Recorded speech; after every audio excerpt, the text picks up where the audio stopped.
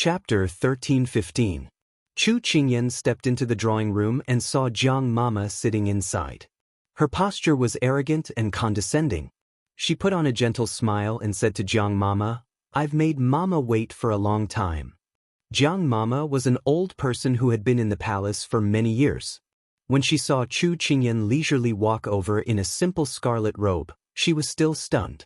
In terms of beauty, she was even more beautiful than Her Highness Consort Yu in her prime.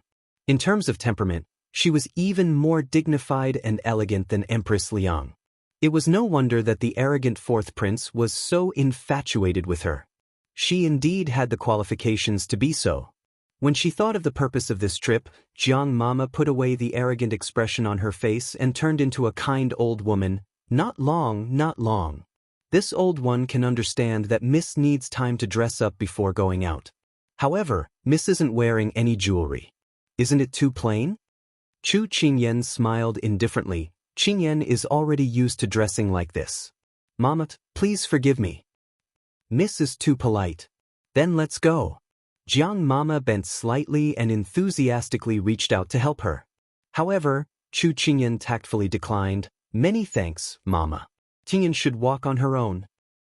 Good. Jiang Mama withdrew her hand and didn't feel embarrassed at all. She was still smiling. However, when she saw Jasper and Xining following behind Chu Qingyan, Jiang Mama's tone turned serious. "Miss, my Highness has already prepared palace maids to serve you. There's no need for you to bring them from the prince's estate. There are so many nobles in the palace. If you don't understand the rules and offend them, then Miss will be put in a difficult position." These words were too dignified. Jasper and Xining's faces immediately darkened. However, Chu Qingyan still smiled gently. "Then I'll listen to Mama." As she spoke, she turned around and said to the two unwilling servant girls with a gaze as calm as water, "You two obediently stay in the manor and help me take good care of father and mother. When I return, don't cause any trouble." The last sentence was said with more force. When the two heard it, they lowered their heads. This servant understands. After giving her instructions, she walked out of the prince's mansion with Nanny Jiang. Seeing the magnificent carriage outside the fu, as well as the guards holding weapons on both sides, she silently cursed in her heart. It seemed that this time, they were fully prepared to take her into the palace. She really didn't know what was waiting for her there. But thinking about it, it's quite exciting. Since I can't avoid it, then I'll go with you. After getting into the carriage, Chu Qingyan sat on the couch. There were two servant girls on each side of her. It looked like they were serving her, but they were actually monitoring her. She could feel that their breathing was long, which was a characteristic of martial artists. She rested her chin on her hand and chuckled softly. So he was afraid that she would run away midway. He really thought too much. When the carriage started to move, she stretched out her hand to lift the curtain. Her gaze pierced through the rain to look at the majestic manor door. Her heart suddenly felt empty, as if something was slowly draining away. Why did she feel that she might not be able to come back? She lowered her eyes and finally slowly let go. Here were the family she protected and the friends she loved. She definitely wouldn't let anyone hurt them. No matter what this trip was, she must come back. This was her and Big Ice Cube's home. How could she not return home? Dark clouds covered the sky and strong winds blew. Every household had their doors and windows tightly shut, afraid that they would be affected by this storm. No one noticed that the imperial procession stopped at the entrance of the prince's mansion, and no one noticed when it left. Everything happened in the darkness without a sound. The horse's hooves stepped on the puddles and splashed the water as it galloped on the ground. The carriage sped on the empty road. Xiao Su's expression was heavy and cold. His fingers were on the table, and no one knew what he was thinking. Turin stood guard at the side and didn't dare to disturb him. At this time, a pair of guards of honor came from the front. Because the road was wide and there were no pedestrians, the two sides each took one side and passed by each other through the curtain of rain.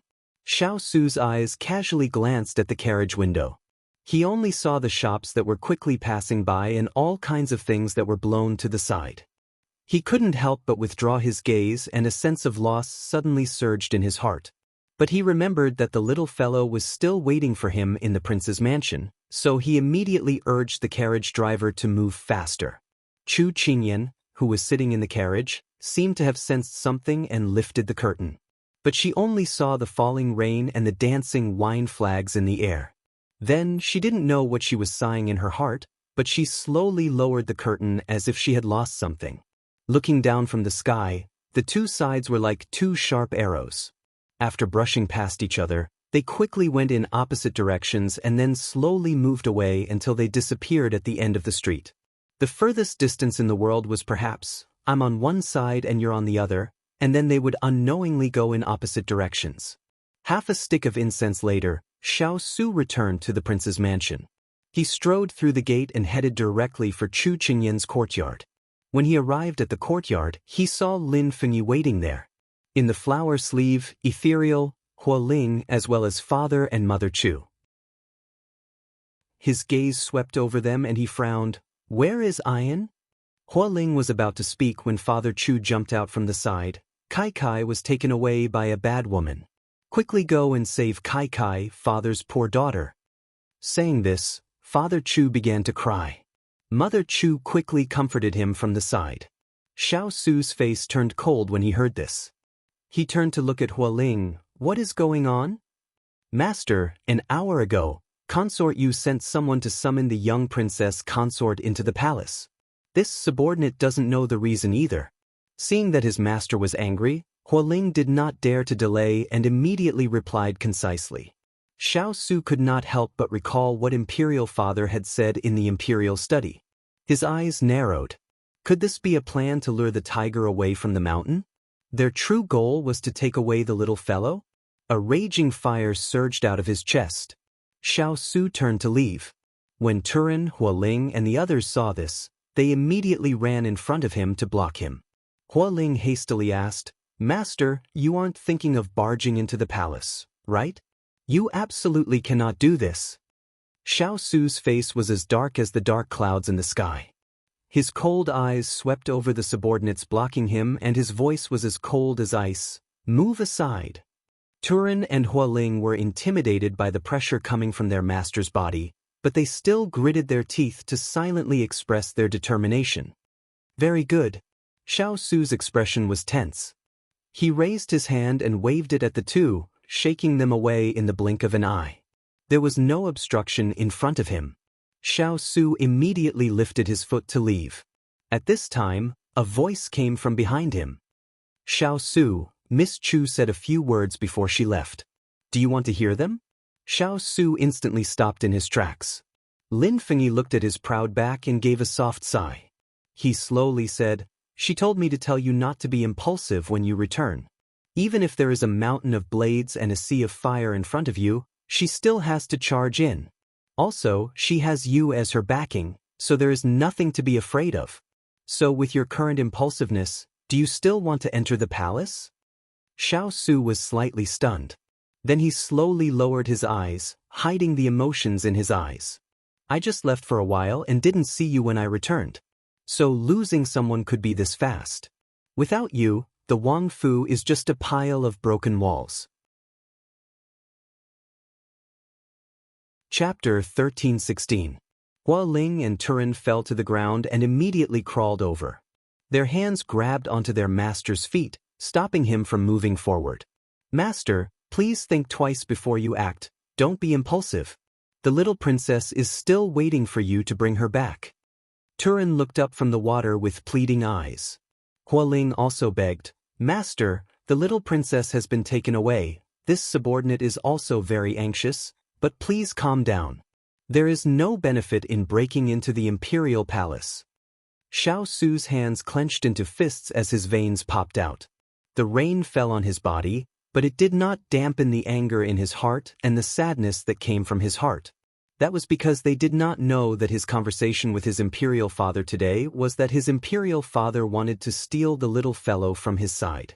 He already could not control himself at this time. If he did not see the little fellow, he would not be able to feel at ease. Let go. Otherwise, don't blame this king for hurting you. When Xiao Su's words fell, the two of them hugged even tighter. His heart sank as he raised his foot to throw the two of them away. He walked out the door without looking back. He thought that his words would move his good friend, but he never thought that it would make him even more irritable. Lin Fengyi was a bit stunned as he looked at him. That person who was always indomitable and never showed any emotion would actually lose himself like this one day. He was like a wild beast on the verge of exploding, like he had never met him before. Looking at it now, Chu Qingyan was not here, so even he did not have the confidence to stop him. What are you all in a daze for? Go and stop him. Do you want to watch him cause a disaster? Lin Fengyi's words made the stunned fierce cavalry come back to their senses, and they all went forward to block the door. The rain became heavier and the wind howled in the yard. The wind mixed with the rain fell on everyone's bodies.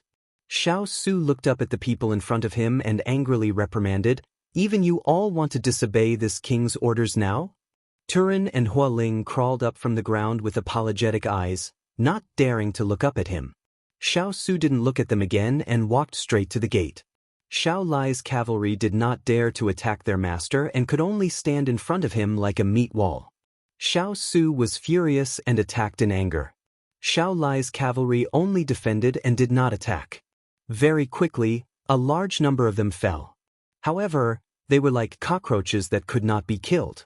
When someone fell, another would stand up. Very quickly, the black-clothed fierce cavalry were all stained with mud. They were battered and exhausted, but no one retreated a single step. In the last move, Xiao Su knocked everyone down. When he lifted his foot again, two figures suddenly appeared in front of him. After seeing them clearly, Xiao Su stopped. "Ah Su, stop fighting. It's not suitable for you to enter the palace like this. You'll lose your life before you can rescue Kai Kai. That's not what we want to see, and neither is it what Kai Kai wants to see." Chu Mu's mother supported Chu Mu's father. Although her expression was sad, her eyes were filled with worry and love as she looked at him. Chu Mu's father also jumped up at this time. He pointed at his son-in-law's nose and scolded, "Cut the onion. Father asked you to think of a way to save Kai Kai, not to send you to your death. Why are you so stupid? Kai Kai is so smart, she'll be fine for a while. Go back and change your clothes. Think of a way for father. Don't hit white impermanence and black impermanence. Otherwise, they'll really go accompany King Yama and ignore you." But Xiao Su still wanted to refute but was interrupted by Chu Mu's father. "There are no buts. We don't even know what they want to do now. How can we talk about saving people? On the battlefield, you can only win 100 battles if you know yourself and your enemy. You're like this, not only do we have to worry about Kai Kai, we also have to worry about you. When did you become so worrisome?" Chu Mu's father said angrily as he dragged him under the eaves. Although he said so much in one breath, and all of it was scolding Xiao Su, everyone could hear the concern and disappointment in his words. Chu Mu's father was really reliable when he wasn't being silly. However, his coolness didn't last more than 3 seconds. "Father, I don't want this irritable cut the onion. Hurry up and change that ice lolly son-in-law back. Change him back. Open sesame. Change him back." Everyone was stunned. However, after this ordeal, Xiao Su slowly regained his rationality, but his expression was even colder. He looked at Chu Mu's father and mother and said calmly, "Please don't worry. Xiao Su will definitely bring Ian back unscathed." Chu Mu's mother nodded in relief. This was someone Kai Kai trusted, and she trusted him as well. Chu Mu's father rubbed his chin and nodded. "That's my ice lolly son-in-law." Xiao Su ordered the two of them to be sent back to the courtyard. He then turned to look at the people who were standing in the rain, covered in mud. They looked battered and exhausted, but their eyes were shining. He waved his hand and said, "Go back and change your clothes. We'll discuss this later." Everyone replied loudly and quickly left. Lin Fengyi walked to Xiao Su's side. He shook his head when he saw that Xiao Su was drenched and had a cold expression. "I thought no one would be able to stop you. I didn't expect Miss Chu's parents to be the most influential. I was rash just now." Xiao Su's expression was cold. Raindrops fell from his silver mask like crisscrossing scars, but it was inexplicably chilling. Lin Fengyi's heart ached when he saw Chu Mu's expression. You said that you didn't even bat an eyelid when facing the enemy's traps. I thought that even if the sky fell, you would remain unmoved. I didn't expect you to have such an impulsive side. What should I say about you? Even the usually cultured and refined Lin Fengyi couldn't help but criticize him. Xiao Su was silent for a while before he slowly said, his voice full of desolation, Fengyi, you don't understand. Ian is different from those people. So what if the sky falls? I've never taken it to heart. However, if I lose myself, how different am I from a walking corpse? Lin Fengyi stared at his good friend's back as he left. He couldn't help but be stunned. Every step he took seemed to be stepping on the ground, but in reality, it was as if he was stepping on his heart. Hua Xiao, who had been acting as a vase for the entire afternoon, let out a long sigh. Her face was full of surprise as she said to the person beside her, I didn't expect His Highness to have such deep feelings for Qingyan. It's even deeper than I thought. She knew that Xiao Su loved Qingyan to the bone, but she always thought that Xiao Su was a calm person who wouldn't change when things happened. Nothing could make him lose his composure. Until today, when she saw him lose control, she realized that Xiao Su's love for someone could be so passionate. He's a very righteous person. He's not as cold as he appears on the surface. However, Lin Fengyi's voice was full of emotion. I also didn't expect that Chu Qingyan would be so important in his life, no, in his soul. If he didn't guess wrong when he said that he lost himself, he was referring to Chu Qingyan. She was his life, the meaning of his life. Chapter 13-17. After Chu Qingyan entered the palace, she was arranged to stay in one of the halls. Because she rarely entered the palace, she didn't recognize which part of the palace she was in. However, she could tell that it wasn't too remote and wasn't some cold palace. When she entered the hall, Mama Jiang said that she would first go and report to Imperial Concubine Yu, and then she left. After she left for a while, Jiyun Shu felt very bored and began to examine the structure of the hall. In reality, she was observing the guards around her. She discovered that the surroundings were heavily guarded and the palace guards were patrolling back and forth. Even if a fly flew in, they would be able to see it. Jiyun Shu couldn't help but frown. She was just a normal person, so why did Consort Yu have to watch over her like this? It was as if she was looking at a prisoner. She was also accompanied by the 4 maidservants who never left her side. She didn't have any personal freedom at all. Jiyun Shu originally didn't look forward to seeing Consort Yu, but now she wanted to see her immediately and let her go back as soon as possible. She didn't want to stay in this deserted place. Waiting was torturous, so she had to find something to do. Thus, she found a few books on her desk. Precepts for Women? The 3 Obediences and 4 Virtues? What the hell was this? Jiyun Shu's mouth twitched and she dismissed the idea of reading. She decided to be a quiet beauty. After she calmed down, her 5 senses became very sensitive. There was a faint fragrance in the air that was very pleasant. She could distinguish some of the fragrances, such as jasmine and cold plum. What else was there? Jiyun Shu suddenly felt that her head was a bit heavy. How could it be? The 4 palace maids who had been closely watching Chu Qingyan saw that she was lying on the table and immediately walked over to her and brought her to her bed.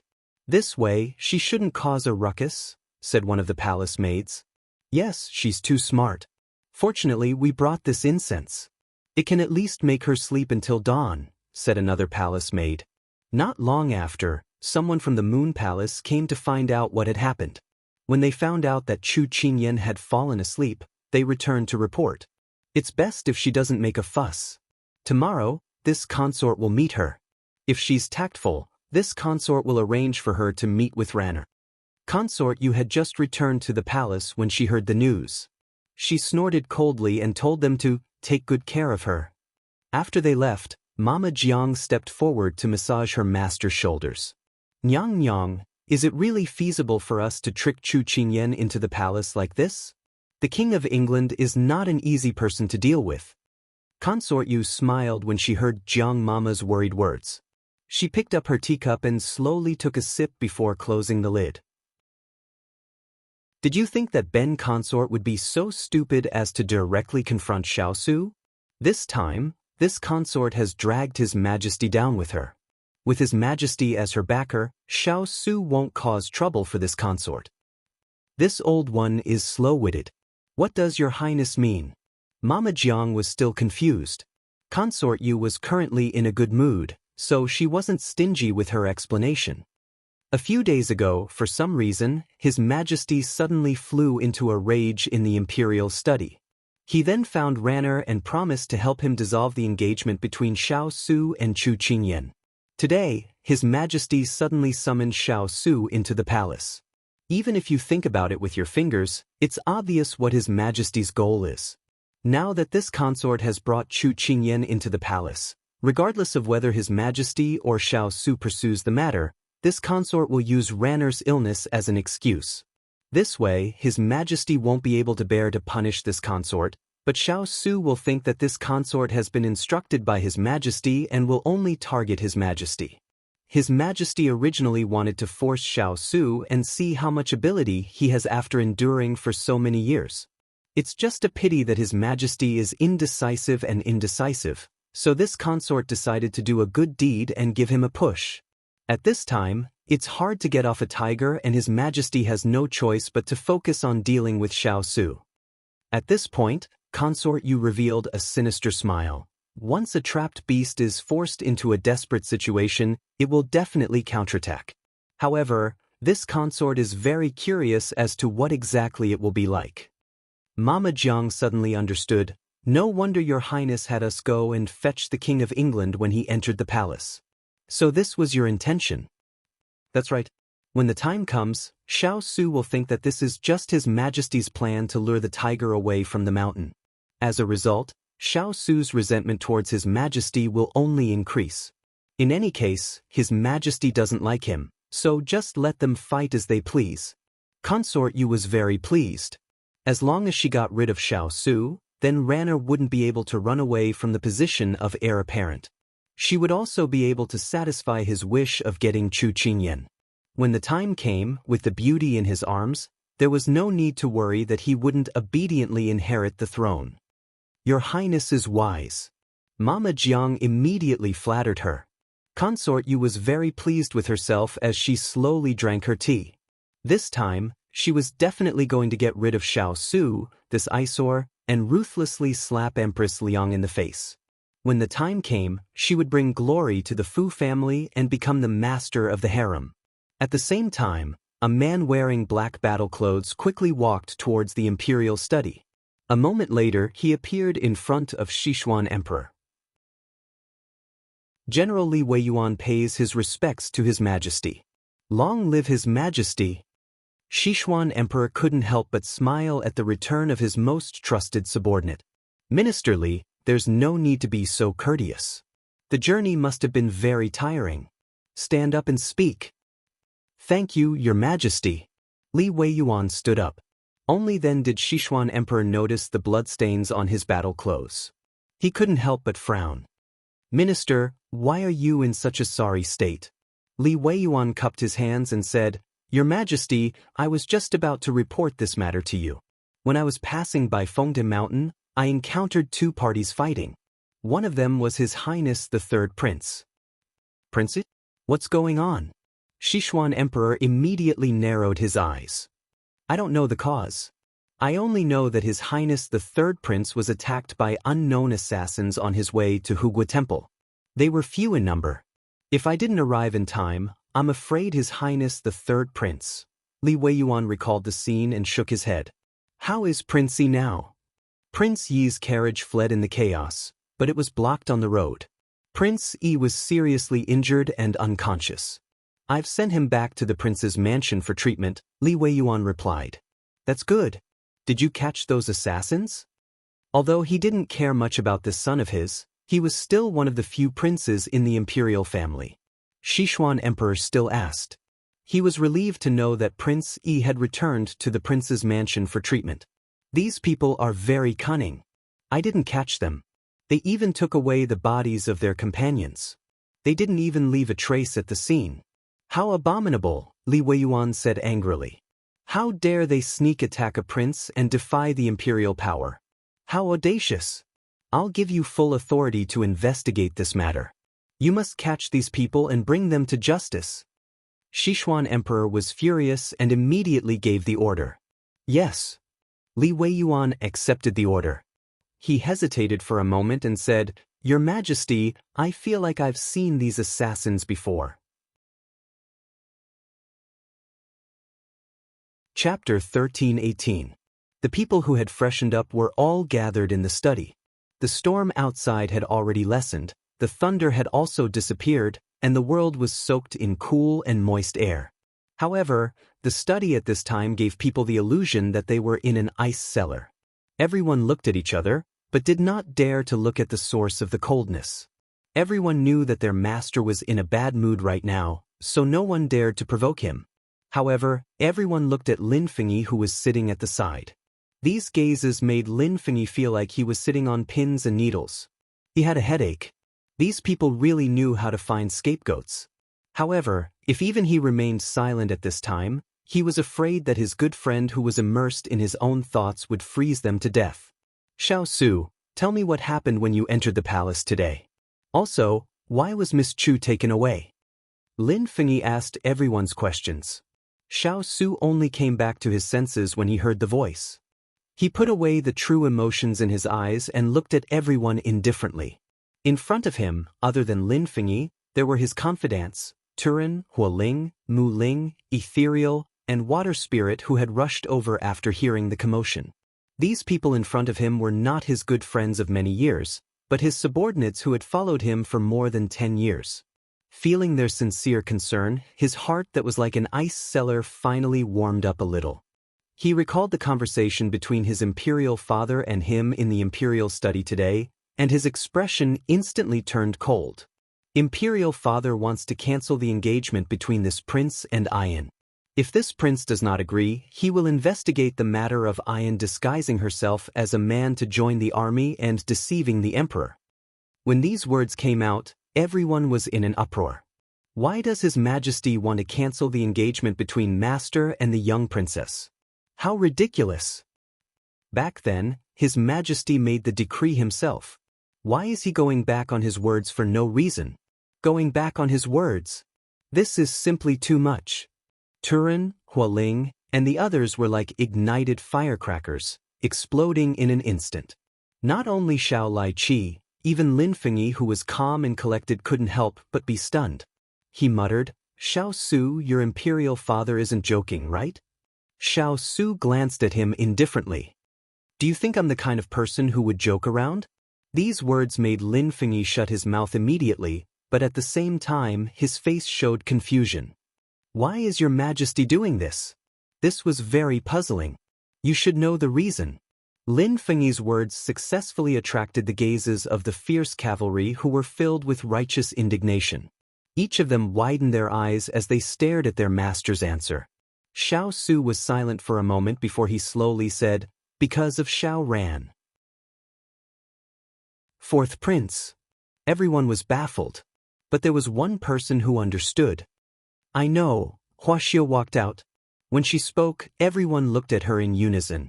She raised her head, her face not having the usual playfulness. Her voice was mocking as she said, Xiao Ran has a crush on your little Wang Fei, but your little Wang Fei and His Highness have such a good relationship. How could she like him? Therefore, Xiao Ran went to His Majesty and came up with a devious idea. He asked His Majesty to help him break off the engagement so that he could snatch her away by force. He's simply a living scumbag. It's simply disgusting. Lin Fengyi face-bombed. Where did you learn this play from? You even made it up so well. Hua Xiao broke her facade in a second and immediately argued, That's what the novels say. Because of love, hate, and when you can't love, you destroy it and then reap the benefits. Lin Fengyi shook his head, but from the corner of his eyes, he saw his good friend's gloomy face. His heart thumped. Xiao Su, did Hua Xiao really hit the nail on the head? Xiao Su remained silent, but everyone was stunned on the spot. Someone's fists could be heard cracking in the air. Despicable. The fierce cavalry and the others were furious. They wanted nothing more than to tear Xiao Ran apart. But what pained them the most was Sichuan Emperor's actions. For so many years, His Majesty had been biased towards the fourth prince. As long as it was something that belonged to their master, he would take it away and steal it away. They originally thought that the fourth prince's heart wasn't bad, and their master valued him so much. They didn't expect that he would bite the hand that fed him. And His Majesty always burned the bridge after crossing the river. Whenever he needed their master, he would summon them without any guilt. If he didn't need them, he would casually throw them to a corner. As outsiders, they felt that it was too unbearable, not to mention their master. The pain and suffering he had endured was far more than they could imagine. Too biased, too biased. Aren't they both sons? How can they be like this? Xiao jumped on the side. At this time, Xiao Su slowly said, Ian once said that people's hearts are biased. It's not surprising.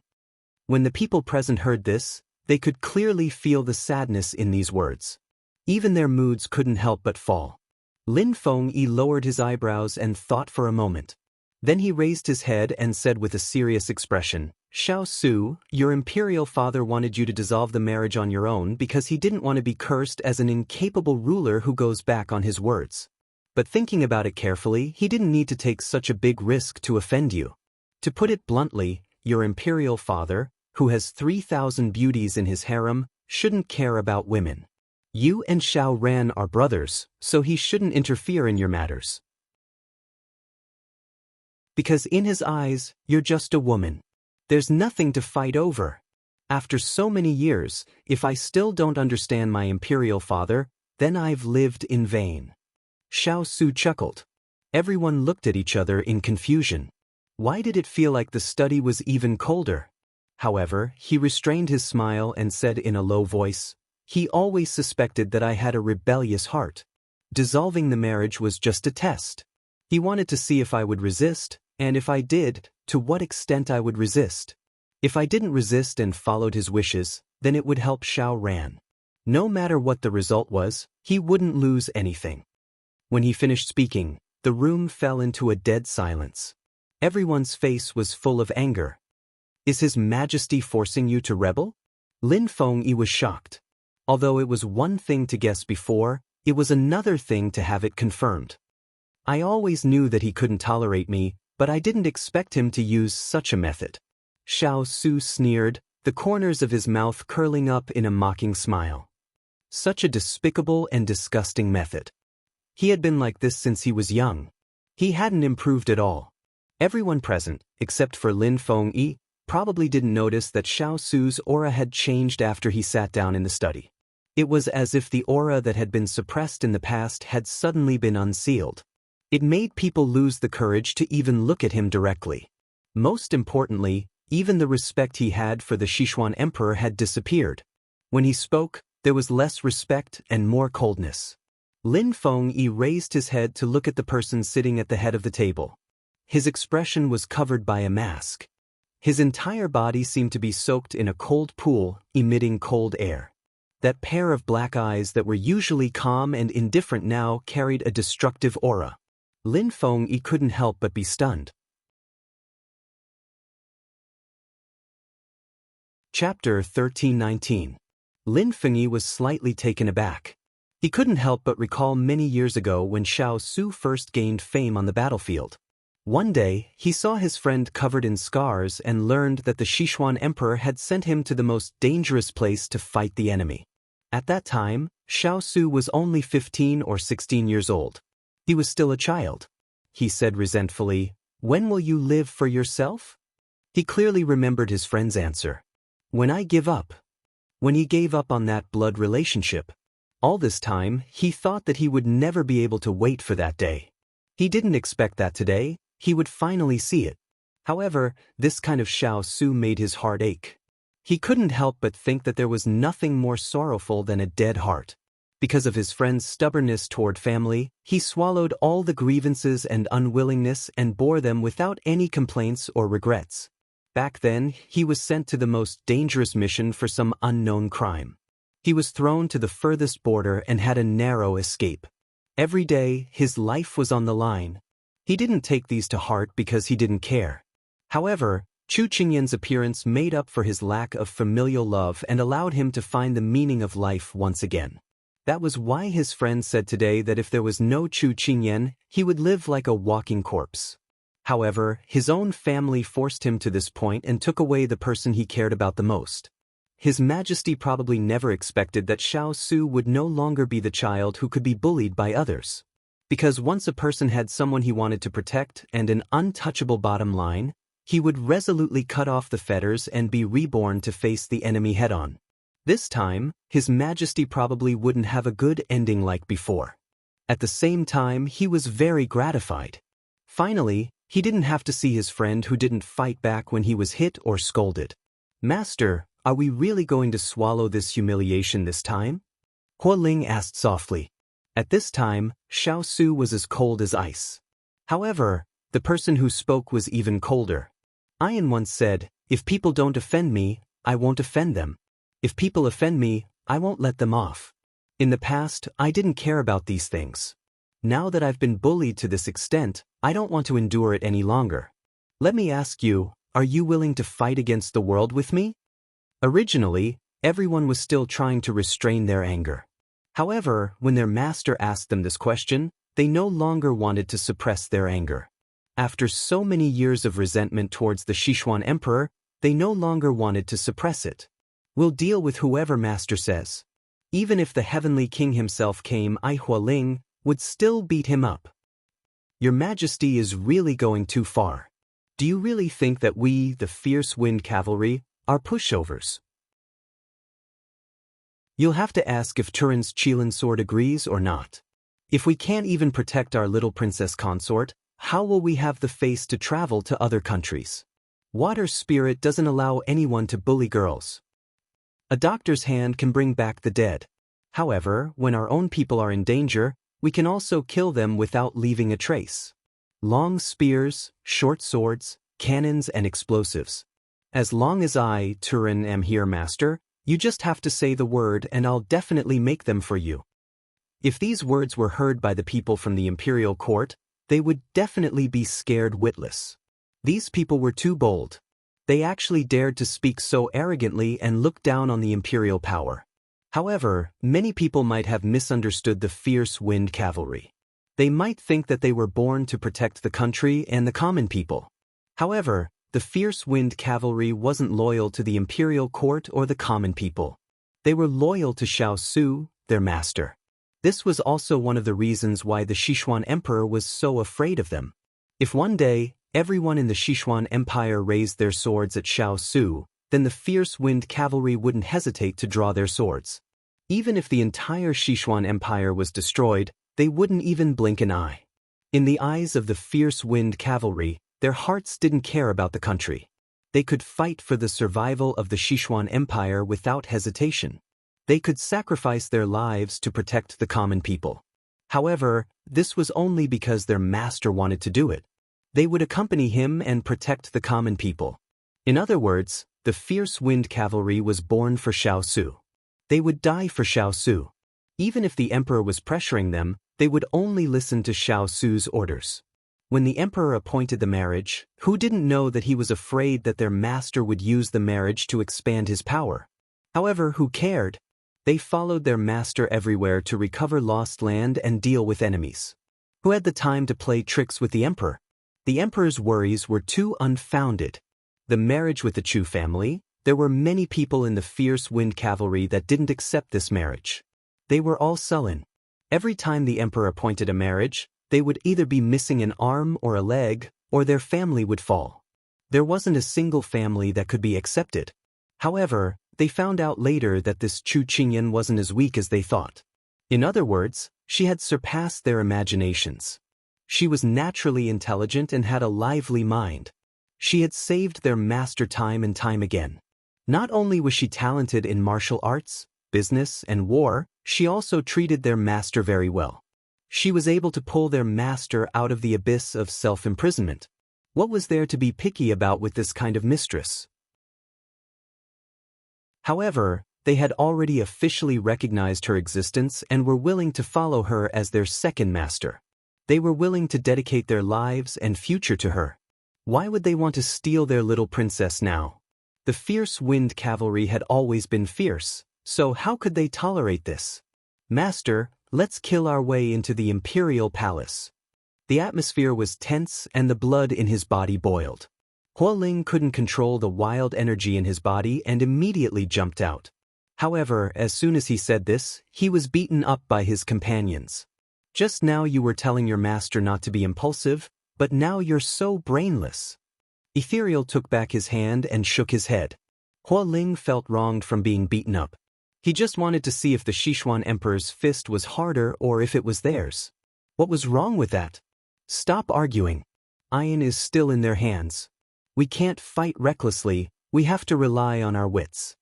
The calm Xiao Su released an imposing aura that made people respect him. They couldn't help but submit from the bottom of their hearts. "Turin, transfer the hidden guards from the various countries and quickly gather in the capital." "Hualing, transfer the fierce wind cavalry. Don't alert anyone and quickly arrive outside the capital." The first few orders were given very decisively. Until the last one could clearly feel that Xiao Su was silent for a while before coldly saying, "Water Spirit, have Pigeon Feathers send the order to Fu Li Mountain Range. Start the plan." That plan, although he had never participated in his good friend's plan, Lin Fengyi could rely on his own judgment to sniff out what was going on. His Majesty wanted to force Xiao Su into a desperate situation to see his strength. Perhaps this time he really could get what he wanted. However, he didn't know the consequences. Could he and the entire Sichuan bear the consequences? Although as a subject of Xixin, he should have felt worried when he saw that a catastrophe was about to come, but he felt a sense of relief as if he had finally spat out the turbid air in his chest. Chapter 1320. Right now, we're in the capital and everyone else is thousands of miles away. We don't have enough manpower. If we make a move now, it'll be like hitting a rock with an egg. So, pass down the order to not act rashly for the time being. Xiao Su's calm voice was like a breeze that brushed past everyone's restless hearts, calming them down in an instant. It was as if they had eaten a reassuring pill. "This subordinate understands," everyone said in unison. Xiao Su nodded and his gaze fell on Water Spirit. "Send someone to investigate where Ian is in the Imperial Palace and find out what their goal is." Water Spirit responded. After thinking for a while, Xiao Su said, "Also, investigate what Xiao Ran has been doing recently." Thinking about it carefully, Xiao Ran hadn't shown up for a while. When he thought about how Xiao Ran and Imperial Father had plotted against him and the little fellow, other than anger, there was more disappointment in his heart. This subordinate understands. As for the matter on Mount Feng Tai, continue to investigate according to Ian's previous arrangements. What this prince hates the most is using this prince's name to commit evil and then using this prince as a scapegoat. The disappearance of the little fellow had already made him irritable enough. Now that there was an assassination attempt on Mount Feng Tai, it was no doubt adding fuel to the fire. If he caught something that could be used against him, no matter who it was, he wouldn't be merciful. During this period of time, be more vigilant and hide your tracks. Don't let anyone discover you. Everything is for the future. After Xiao Su gave his last order, he let them go and do their work. After everyone left, Xiao Su looked up and saw that his good friend was still sitting there. After muttering to himself for a while, he said, "Fengyi, take Xiuli and go back. In the future, don't step into the King of England's residence." Hearing his good friend's words, Lin Fengyi wasn't surprised at all. He understood him very well and didn't want to implicate him. But Xiao Su forgot that ever since they became close friends more than 10 years ago, there was nothing that could separate them. But now wasn't the time to say this. Because if he dared to say it, Xiao Su would dare to drive him out of the residence and draw a clear line between them. Lin Fengyi really wanted to beat up such a considerate friend to vent his anger. But considering his skills, Lin Fengyi gave up. He didn't answer Xiao Su's question, but asked directly, "Are you serious this time? Have I ever lied?" Xiao Su asked with a chuckle. Lin Fengyi shook his head. "I've never seen such a desperate counterattack. Are you ready to welcome all of them? Even if you'll be condemned by the masses?" Xiao Su, Lin Fengyi, Fengyi. Lin Fengyi understood what he meant and walked in front of him. he reached out and patted his shoulder. Although as an official of the imperial court, I shouldn't be so emotional, I still want to say that this day has finally come. Xiao Su looked at him, his gaze softening. Go back. Lin Fengyi smiled and reached out his hand. I wish you success. I'll be counting on your auspicious words. Xiao Su reached out to hold his hand. When Lin Fengyi walked out of the study, he immediately saw little Bunny standing under the roof in a daze. He walked over and reached out to touch her head. His voice was gentle as he said, Are you frightened? If a normal person heard what Hua Ling and the others said in the study today, they definitely wouldn't be able to take it. They were clearly going against imperial power, they were simply crazy. So when he saw the little rabbit's dazed appearance, he thought she was scared stiff. He felt a bit of regret he shouldn't have let her in. However, he forgot that this little rabbit of his did not belong to the category of ordinary people. She pulled his hand away from her sleeve and then complained as she ran her fingers through her hair, I already told you, the hairstyle is very important. Don't mess it up. Also, which eye of yours saw that this miss was scared stiff? Who has more guts than me? Lin Fengyi was stunned. Then he heard her whisper excitedly, that scene was really exciting. To be able to see such a scene in my life, I can die with no regrets. Lin Fengyi's heart was about to collapse. Then he felt her hand tug at his finger. He couldn't help but look down at her and met her curious gaze. Miser, does His Highness really want to go against the imperial court in order to save Qingyan? Lin Fengyi held her hand, his voice carrying a trace of desolation. After being suppressed for close to 20 years, it's time for him to release it. Even a rabbit would bite when it was anxious, a dog would jump over a wall when it was anxious, let alone a sleeping lion. Once it was angered, who knew if this world could withstand its roar? In the past, it was the officials who forced the people to rebel, but now it was the father who forced the son to rebel. It really was laughable. All right, then let's go back to Jiangnan. Hua Xiao suddenly spoke. Lin Fengyi frowned slightly. Although his good friend also wanted him to go back to Jiangnan to seek refuge, when these words came out of the little rabbit's mouth, it was very confusing. Abandoning a friend wasn't her style. At this moment, her voice traveled into his ears again.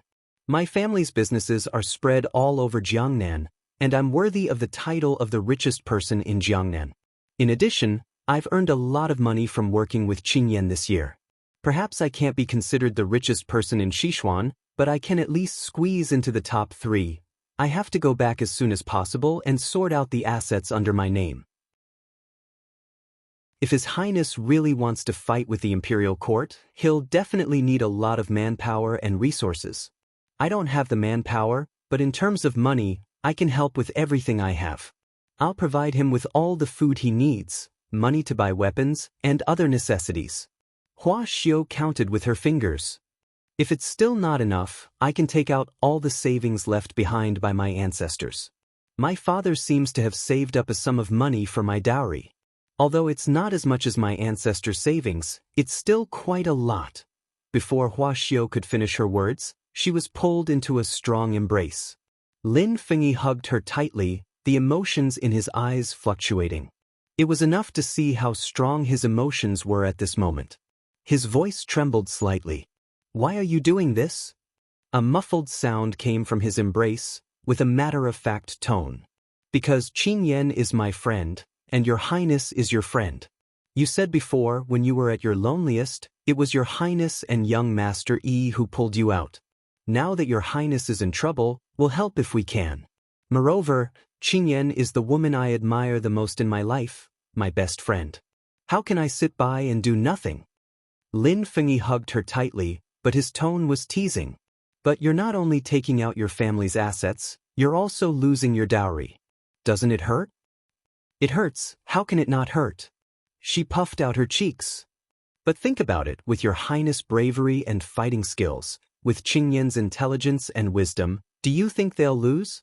Maybe in the end, I'll make a comeback and they'll bring me even more wealth? I've never made a losing deal. Hearing the little rabbit's sneaky smile, he couldn't help but stroke her head tenderly. The little rabbit had risked everything today to help Xiao Su and the others, but she didn't really do what she said at the end. Although she was a merchant, and a merchant was greedy, she knew how to avoid risks. And this time, it was more like a gamble of life and death. There was no chance of winning. The little rabbit just didn't want to admit it. She just wanted to help them. Okay, let's go back to Jiangnan. Then, wait, didn't I tell you not to rub my head?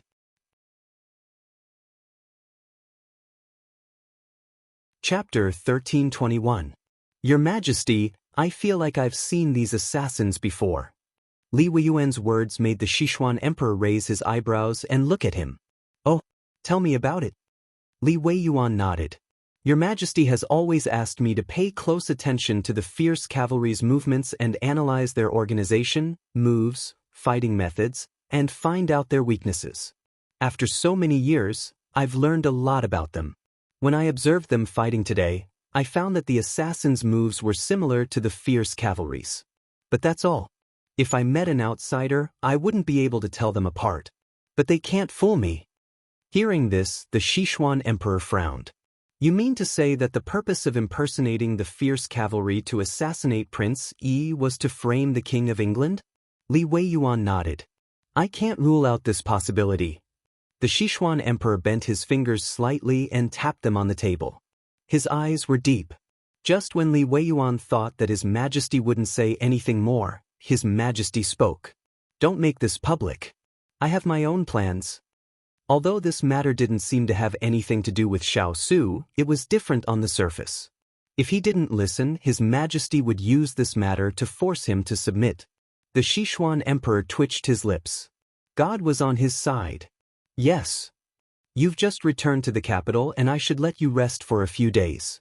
But now is the time to use people. I'll let you investigate this matter and find out who's behind it. The Sichuan emperor looked at the general in front of him and instructed him earnestly. Li Weiyuan lowered his head in fear and trepidation and replied, It's my honor to be valued by your Majesty. I'm willing to serve your Majesty, even if it means sacrificing my life. The Sichuan emperor stroked his beard with satisfaction. I'm very happy to hear what you said. Then I'll have to trouble you for this period of time. As you wish. The dark clouds dispersed and the rainstorm stopped. A day of heavy rain, but it felt like 3 long autumns. Xiao Su stood under the eaves with his hands clasped behind his back. All he could see were the lanterns hanging in the distance. The dim yellow light was like fireflies as far as the eye could see, making the whole world seem lively. If the little fellow was here, she would be so happy. Because she had a pair of eyes that were good at finding beauty. A jade pendant appeared on his slender fingers. He rubbed the jade pendant with deep affection, as if he was looking through the pendant to look at someone. His fingers slowly closed as he held the jade pendant tightly in his palm. The cold sensation caused his mind to waver slightly. Then, he fixed his gaze on the jade pendant, cold as jade. Ian, I'll definitely bring you back. Outside, the birds were chirping. Chu Qingyan woke up amidst the commotion. When the white light entered her eyes, she was stunned for a moment. She did not know where she was because the decorations in front of her were very unfamiliar. The Great Qin Manor could not have such decorations. However, when she saw the 4 palace maids standing in the room, she finally remembered where she was. Palace. How did I fall asleep last night? She sat up and lazily leaned against the wall of the bed. However, her entire body was on guard. Her eyes seemed to casually sweep over these people. She's probably too tired. Her ladyship originally wanted to summon Miss, but unfortunately, Miss fell asleep on the table. Her ladyship is kind and benevolent. After she found out, she told us not to disturb Mrs. Rest. One of the palace maids bowed slightly and replied respectfully. Chu Qingyan rubbed her forehead and casually said, So it was like that. Many thanks for Nyang Nyang's understanding. At an angle where no one could see, Chu Qingyan narrowed her eyes and carefully identified the smell in the air. She found that there was no longer the complex fragrance she smelled last night. She frowned slightly. It seemed that entering the palace this time didn't bode well for her. Otherwise, the other side wouldn't have tried to keep her in the palace for the night. But she didn't understand. Why did they try so hard to keep her in the palace? Perhaps she had to wait until she saw Consort Yu to know the answer. Then may I ask when you will bring me to see Consort Yu? She stood up and asked with a smile. It's still early. Nyang Nyang should be having breakfast with His Majesty right now. Miss should eat first. As the palace maid spoke, she took out the food from the food box and placed it on the table. People had no choice but to lower their heads under the eaves. Chu Qingyan understood this principle, so she couldn't rush it. Thus she sat down. Since yesterday afternoon, she hadn't eaten a drop of water. Speaking of which, she was really starving. She had to fill her stomach first before she had the strength to fight. However, by the time she saw Consort Yu, it was already after breakfast and lunch. Chu Qingyan looked at the noblewoman who sat on the chaise lounge like a princess and didn't care about her at all. She couldn't help but raise her eyebrows. Since this person looked down on her, why did she call her to the palace? May I ask why Nyang Nyang is looking for Qingyan? She had been summoned for no reason and had been set up to stay overnight in the palace. Her patience had been worn out. She didn't plan on beating around the bush with Consort Yu and got straight to the point. Consort Yu was drinking tea at this time. When she heard this, she took a sip even more leisurely. Then, she put the lid back on and reached out her hand. A palace maid took the teacup and handed her a handkerchief. Consort Yu used the handkerchief to wipe her mouth. Only then did she look at Chu Qingyan. Miss Chu should have seen Ranner some time ago. Consort Yu's casual mention made Chu Qingyan's pupils contract. Could it be that Consort Yu knew about her and Xiao Ran? I did. Since she asked this, she naturally knew about their meeting. There was nothing for her to hide. Then does Miss Chu know that Ranner was seriously ill at the time? Consort Yu continued. If one listened carefully, they would be able to hear the annoyance in her voice. Chu Qingyan was stunned. He was sick? Thinking back, his complexion was indeed abnormal. It was just that she had been shocked by his boldness and hadn't paid much attention to it. Consort Yu scoffed, her eyes filled with resentment. At the time, he ran out of the palace to see you even though his fever hadn't subsided. It was the first time this consort had seen him so stubborn. But Miss Chu, what did you repay him with? You made his illness even worse. Does Nyang Nyang mean to say that fourth prince hasn't recovered from his illness? No matter what, Xiao Ran was her friend. She couldn't help but ask anxiously. Consort Yu harumphed. This consort really doesn't see what's so special about you that he can't forget you. The imperial physician said that he has a mental illness that's hard to cure with medicine. If that wasn't the case, this consort wouldn't have gone through so much trouble to get you into the palace. Nyang Nyang, what are you planning to do? Chu Qingyan immediately looked at her vigilantly when she sensed that there was something wrong with Consort Yu's words. Consort Yu smiled ambiguously as she said, Don't worry, this consort is only inviting you to visit Ranner.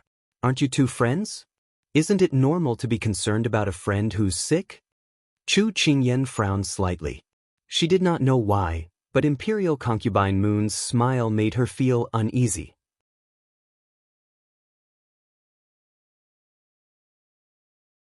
Chapter 1322. Of course, the fourth prince is Qingyan's friend, so of course Qingyan has to visit him. If the palace servant who came to the estate to inform me, Qingyan wouldn't have come empty-handed. Chu Qingyan couldn't help but pat her head when she said this.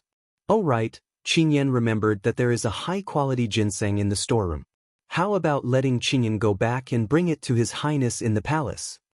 Chu Qingyan wanted to use this opportunity to leave. However, Consort Yu saw through her trick and mocked. Miss Chu, there's no need to be so polite. No matter how good the things in your estate are, they can't compare to the imperial palace. So it's fine that you're here, but there's no need to bring the things. Chu Qingyan lowered her head in agreement, but she felt even more uneasy. Consort Yu didn't plan on letting her go back? It seemed like she had to wait until she saw Xiao Ran before making any plans. At this time, Consort Yu reminded her. Ranner's health hasn't been good recently, so you have to watch your words.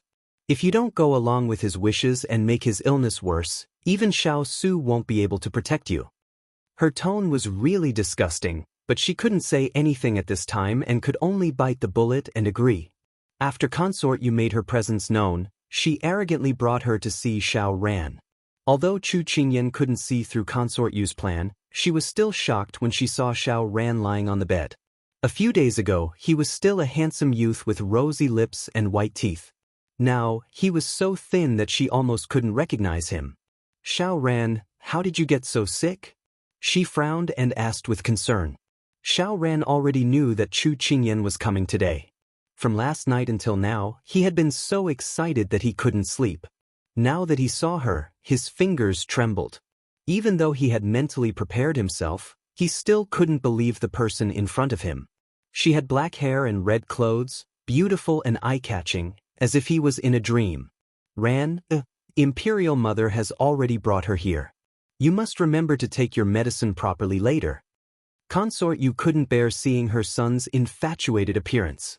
Out of sight, out of mind, she turned and left after giving her instructions. After Consort Yu left, Chu Qingyan felt a little more at ease. She sat on a chair brought by someone beside her. Was filled with guilt towards Xiao Ran, from Consort Yu's words. Didn't you say it was a simple cold? Why hasn't he recovered after so long? Xiao Ran looked at her in a daze. It was as if the person in front of him would disappear in the blink of an eye. Qingyan, I thought you wouldn't see me again. His voice was hoarse and low. Originally, Chu Qingyan had been rather pleased that Jiang Yi had brought her into the palace for no apparent reason because of him. Now, seeing him in such a state, how could she still be angry? She sighed softly and said, I heard that you are not taking your medicine properly and are not cooperating with treatment. Aren't you wasting your life like this? Xiao Ran smiled bitterly. I don't have the energy to do anything recently. I feel like life has lost its meaning. I've never felt like this before. Even though I never had a goal, I feel more and more lost in this period of time. What do you want me to say to you? She shook her head and angrily said, Right now, the most important thing is to take care of your body.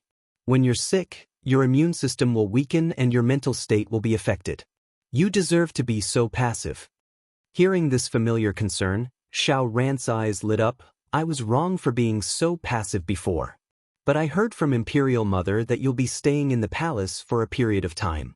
If you're with me, I'll definitely get better quickly. Stay for a period of time? Chu Qingyan frowned. Why didn't I know about this? Xiao Ran didn't notice that there was something wrong with her expression. He smiled and said, That's right.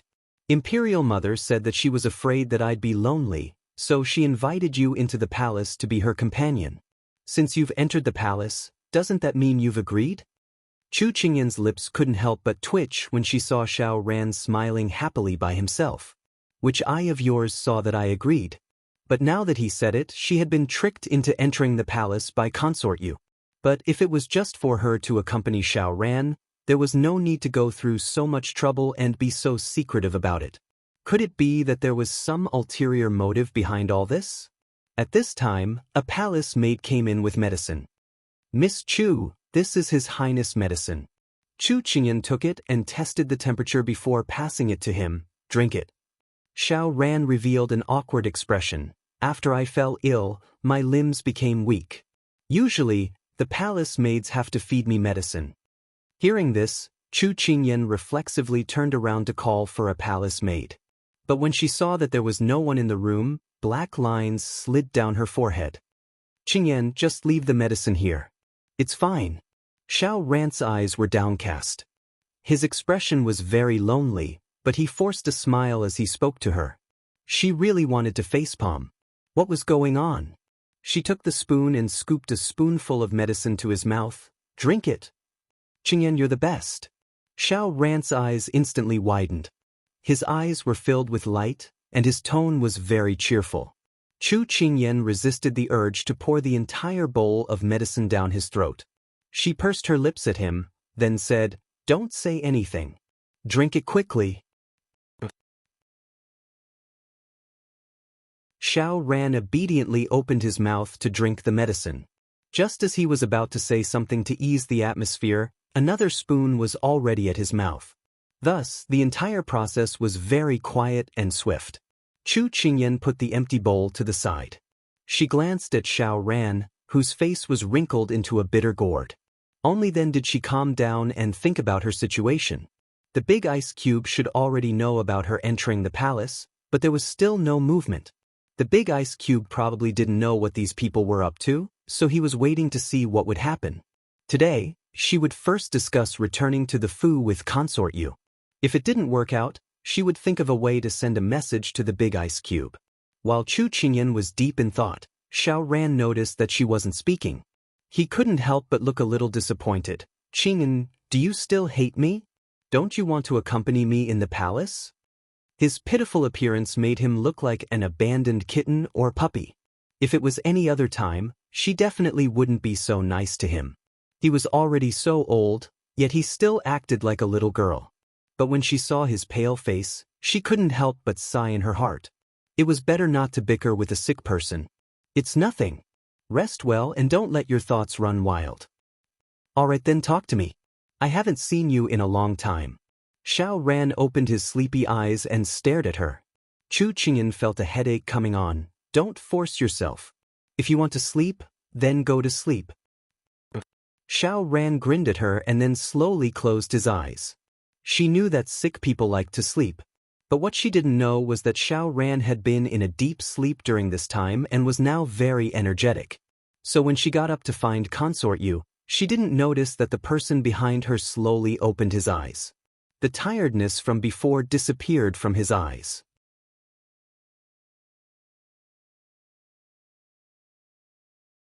Chapter 1323. Xiao Ran watched as that beautiful figure slowly disappeared behind the muslin curtain. The naive and sickly look on his face disappeared without a trace.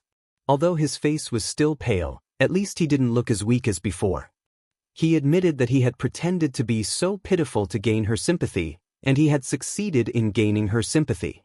However, that wasn't all he wanted. He could tell that although Qingyan cared about him, if his lady mother hadn't brought her here, she probably wouldn't have taken the initiative to visit him in the palace. He still remembered what she had said. If she couldn't let go of him, they couldn't even be friends. Once she became serious, she was very ruthless. He didn't understand her personality in the past, but now he was experiencing it vividly. Although Imperial Father's words had given him some confidence, he didn't know what Imperial Father would do. Now that his lady mother had brought Qingyan over, it gave him a sliver of hope. However, as long as Imperial Father and Imperial Mother were on his side, he didn't need to be afraid of anything. "Qingyan, this time, I won't let go of you no matter what." Xiao Ran looked at the empty bowl on the table and his lips curled slightly. Then he closed his eyes again. Consort Yu was in the outer hall. While drinking tea, she saw Chu Qingyan slowly walk out and asked, "His Highness is asleep?" "Yes, he fell asleep after taking the medicine." Chu Qingyan followed her words and replied. Consort Yu nodded and continued to drink tea before saying, "In the past few days, I've had to persuade him for a long time just to get him to take a bowl of medicine. I didn't expect him to be so cooperative the moment you came. It's really rare. Perhaps His Highness the Fourth Prince knows that Your Highness is worried and can't bear to disappoint Your Highness. His Highness is a very filial child." Chu Qingyan casually replied. Consort Yu smiled. How could she not know her own child? If he was really filial, he wouldn't be lying on the bed, half dead. Chu Qingyan glanced at the tea the palace servant brought her, but didn't touch it. Instead, she stood up again and said respectfully to Consort Yu with a smile, "Your Highness, since His Highness is already asleep, then Qingyan won't disturb him any longer. I'll visit His Highness the next time I enter the palace." Qingyan will take her leave. Before she could even turn around, Consort Yu slammed the teacup in her hand onto the table. The hall fell into a dead silence. Chu Qingyan feigned ignorance and looked at her. Imperial concubine Moon looked at her enchanting face and her heart was filled with disgust. Ran-er had been bewitched by her appearance and didn't know that this person didn't even have him in her heart. If Chu Qingyan knew what Consort Yu thought of her, she would probably raise her head and laugh. What a person's heart thinks is what their eyes see. Objectively speaking, Chu Qingyan wasn't very seductive. Only Higashio Motetsu's devilish aura could be considered seductive. In fact, she could be said to be extremely beautiful. Even though she often wore crimson clothes, It made her look even more otherworldly. Chu Qingyan, do you think that you'll be able to leave the palace after entering? Consort Yu said coldly. Chu Qingyan narrowed her eyes. Was she finally going to reveal her foxtail? Qingyan doesn't understand what your highness Consort Yu is saying. She looked at her calmly as she slowly replied. Consort Yu sneered. No, this consort knows that you understand. I'll be honest with you.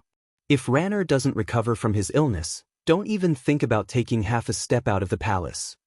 Consort Yu's words carried a blatant threat. Chu Qingyan couldn't suppress the anger in her heart and said bluntly, You want to put me under house arrest? Impudent. You actually dare to speak to your highness like that. Someone slap her. Nanny Jiang no longer had her previous gentle and respectful demeanor. She had turned into Nanny Rong and wanted to punish her. Chu Qingyan took a step forward and coldly glared at Nanny Jiang. You dare. Nanny Jiang was stunned by her imposing manner. When she finally reacted, she flew into a rage out of humiliation and wanted to personally slap her, but Consort Yu stopped her. Nanny Jiang, you can withdraw. Nanny Jiang reluctantly withdrew, still glaring fiercely at Ji Yunshu. Chu Qingyan harumphed and withdrew her gaze from Nanny Jiang to look coldly at Consort Yu. At this moment, Consort Yu was a bit stunned when she saw the coldness in Ji Yunshu's eyes. Ji Yunshu had been obedient and let others trample on her before, but now, she gave off a completely different vibe with just a change in her gaze. But so what if Ji Yunshu got angry? Wasn't everything still within Ji Yunshu's control? Consort Yu wiped the corner of her mouth with a handkerchief and ignored Chu Qingyan's anger. She straightened her clothes and unhurriedly said, Don't make it sound so unpleasant. It's better to use the word house arrest to replace it. For example, as a guest. When she heard this, Chu Qingyan was so angry that she wanted to laugh. This person was quite shameless and could even lie through her teeth. Your Highness Consort Yu, Qingyan is the King of England's fiancée that His Majesty personally bestowed upon her. I'm afraid that it wouldn't be good for her to stay in the palace for long periods of time. Also, it wouldn't be good for His Highness the Fourth Prince. After all, in half a month, His Highness the Fourth Prince will be engaged to Miss Jing, Chu Qingyan said with a slight smile.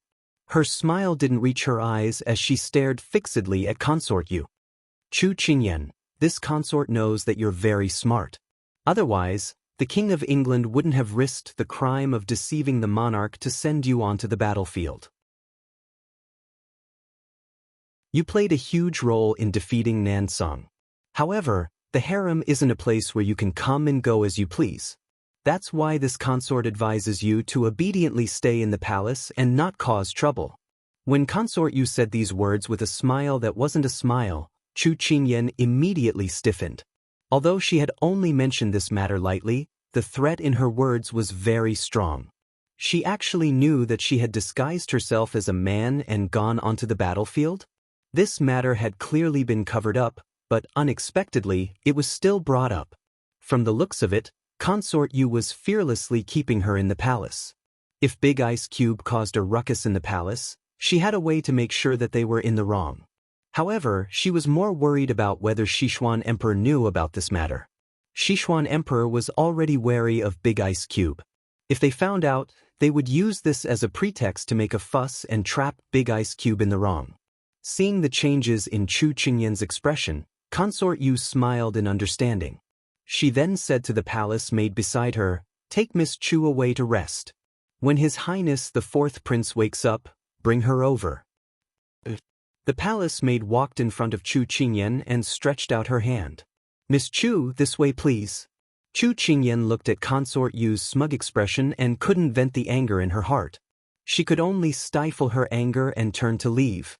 When the hall returned to silence, Jiang Mama asked in confusion, Nyang Nyang, why didn't you let this old servant teach Chu Qingyan a lesson and dampen her spirit? Let's see if she dares to talk back to you next time. You were too impulsive. If Ranner saw the wound on her face, how were you going to explain it? Consort Yu looked at her disapprovingly. Then she laughed softly and said, There are thousands and thousands of ways to teach someone a lesson. Why choose this kind of low-level method? Jiang Mama had been blaming herself, but when she heard the last part, her eyes lit up and she nodded knowingly. This old servant understands.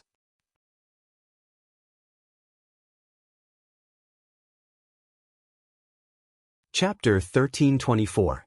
When night fell, the fish belly turned up once again. After the turmoil of war, Prince Yi's mansion slowly quieted down. However, the atmosphere was very gloomy. The day before yesterday, their lord was sent back. He was covered in blood and his breath was so weak that it was almost undetectable. If they hadn't tried their best to save him, their lord would have stepped into the gates of hell by now. "Steward, how is it? Has Lord woken up?" Lin Jiangdong appeared in the courtyard early in the morning. When he saw the steward come out, he immediately went up to him and asked worriedly. The steward shook his head and sighed. "Although we saved Lord's life, the doctor said that whether he can wake up depends on his luck." Lin Jiangdong recalled the scene when Lord came back that day. He frowned and said to the steward, "No matter what condition Lord is in, we must try our best to save him. Tell the doctor to wait in the courtyard. Without permission, no one is allowed to leave." The steward could only nod at his words. After he finished speaking, Lin Jiangdong strode into the room. When he saw the person lying on the bed, he frowned and stood by the bed, sighing deeply. If Lord hadn't cared about Pang Zhijing that day, he wouldn't be in such a critical situation now. Now, not only is Pang Zhijing's life uncertain, but you also suffered such a serious internal injury. If you don't wake up soon, our future plans will be in vain. How can you be so foolish? At this moment, a guard knocked on the door and said that he had something to report. Lin Jiangdong immediately went out. When the room returned to silence, the unconscious person's fingers trembled slightly and his eyelashes fluttered. Then he slowly opened his eyes. Life uncertain? His lips trembled as he whispered to himself. Xiao Ho instantly woke up. His eyes widened. When he saw that he was in his own room, he couldn't help but prop himself up. When the servant who delivered the medicine saw this scene, he immediately cried out in surprise. "Steward, Mr. Lin, Lord is awake, Lord is awake." Xiao Ho turned a deaf ear to her cries of joy. He just wanted to sit up and get off the bed. When Lin Jiangdong and the butler saw that their lord had woken up, they couldn't help but smile. However, when they saw his actions, the two of them walked up to him. "Lord, what are you doing? You've just woken up, so don't move around. Otherwise, your wound will split open again." The housekeeper immediately supported him and let him sit against the bed wall. He didn't dare to touch him for fear of touching his wound. When Lord was sent back, there wasn't a single part of his body that was in good condition, which made his heart ache. "That's right, Lord. Although our plan wasn't completed, His Majesty knows who tried to assassinate you. At the very least, it aroused his suspicion. Our goal can be considered to have been achieved. You can rest at ease and recuperate. Everything can wait until your wound is completely healed before making any plans," Lin Jiangdong advised with a smile. "Now that you've woken up, as long as you take good care of your body, there's always hope." This time, his injury was too serious. Even sitting up took half of his strength. Xiao Ho panted lightly before looking at Lin Jiangdong, who was standing in front of him. "Where's Zhijing?" Lin Jiangdong had prepared a lot of things to say and report on the situation of the past few days. He didn't expect that Lord's first words after waking up would be about the good-for-nothing princess. Although he looked down on the princess, he still answered truthfully. "After the princess fell off the cliff, I sent some people to search for her, but they haven't found anything yet." In fact, he didn't think that she was at the bottom of the cliff at all. He didn't send many people, so it was fate that they found her. Moreover, the cliff was so high that even if they found her, it would only be a corpse. Although Xiao Ho was injured, he wasn't stupid. He could tell that Lin Jiangdong was being perfunctory from his words. He was furious. "How long have I been asleep?" "A day and a night," the butler replied. "The doctor originally said that Lord would need at least 3 days to wake up.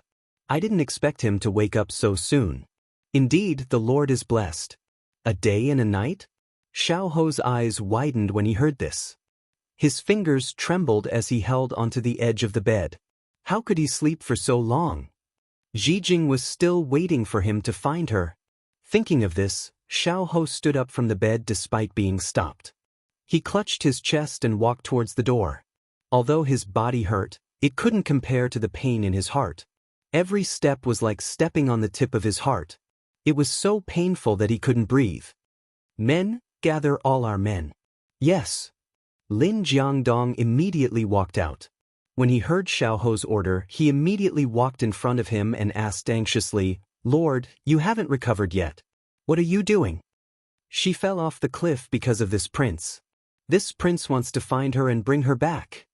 After Xiaoho coughed, he pursed his lips and looked at Lin Jiangdong. "If you don't do your best to find her, then don't interfere in this matter." Lin Jiangdong was stunned. This was the first time he had been reprimanded so harshly by Lord. Or rather, this was the first time he had seen Lord lose control of his emotions after following him for so long. He found it unbelievable, but at the same time, he felt that Lord was too impulsive. "Lord, you are not feeling well right now and need to rest. Leave this matter to me. This time, I won't do it half-heartedly and search seriously." Lin Jiangdong considered his health and couldn't help but negotiate with him nicely. Xiaoho chuckled and said in an unquestionable tone, "This prince won't be at ease if I leave it to you. If you stop this prince again, don't blame this prince for being rude." Lin Jiangdong saw that Lord was determined to go. The suspicion in his heart from before was now more and more confirmed. Lord was tempted. With the great cause at hand and revenge at hand, how could Lord have a problem at this time? At this moment, a guard jogged over. "Lord, Crown Prince Pang said that if you wake up, you are to find him. He has something to discuss with you." Upon hearing this, Lin Jiangdong immediately said, "That's right, Lord. The cooperation between you and Crown Prince Pang has yet to come to a conclusion. Let's recuperate first before we discuss the next step of the plan with him." Revenge had always been Lord's goal. Now, only this matter could move Lord's heart. However, after Xiaoho heard the guard's words, his entire person's expression became somewhat strange. Lin Jiangdong was pondering when he heard Lord's cold voice, "Go back and tell Pang Huang that his people hurt my people. This prince will not let him off easily." The moment Xiaoho said this, Lin Jiangdong was immediately stunned. When he came back to his senses, he hurriedly pleaded with Lord, "Lord, this is Prince of Nansong, our future partner. How can you destroy our cooperation like this?" "Cooperation? This prince doesn't have such a stupid partner. You can't even differentiate between friend and foe." Xiaoho snorted coldly. "Lord, although Crown Prince Pang's people did something wrong, we are still cooperating with him. We can't be too ruthless. Furthermore, the cliff is so high that the princess might have already," Lin Jiangdong advised him, afraid that he would destroy their cooperation. However, no one could understand Xiaoho's feelings at this moment, especially when he heard Lin Jiangdong's unfinished sentence. His chest tightened and he suddenly couldn't breathe. He wiped away the tears in his eyes and said word by word, "This prince doesn't care about anything else. If she's alive, this prince wants to see her. If she's dead, this prince wants to see her corpse. It's that simple."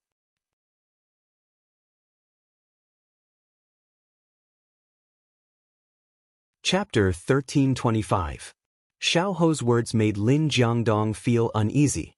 He widened his eyes and looked at the pale Xiaoho in front of him. He really didn't want to admit this fact. "Lord, you still have feelings for the princess." "Feelings?" Xiaoho was slightly startled. He didn't know, but at this time, he really wanted to see her. At this time, everyone had gathered. Xiaoho restrained his expression and ordered, "Go to Fengli Mountain." But Lin Jiangdong called out loudly. Xiaoho turned to look at him, his eyes as cold as water.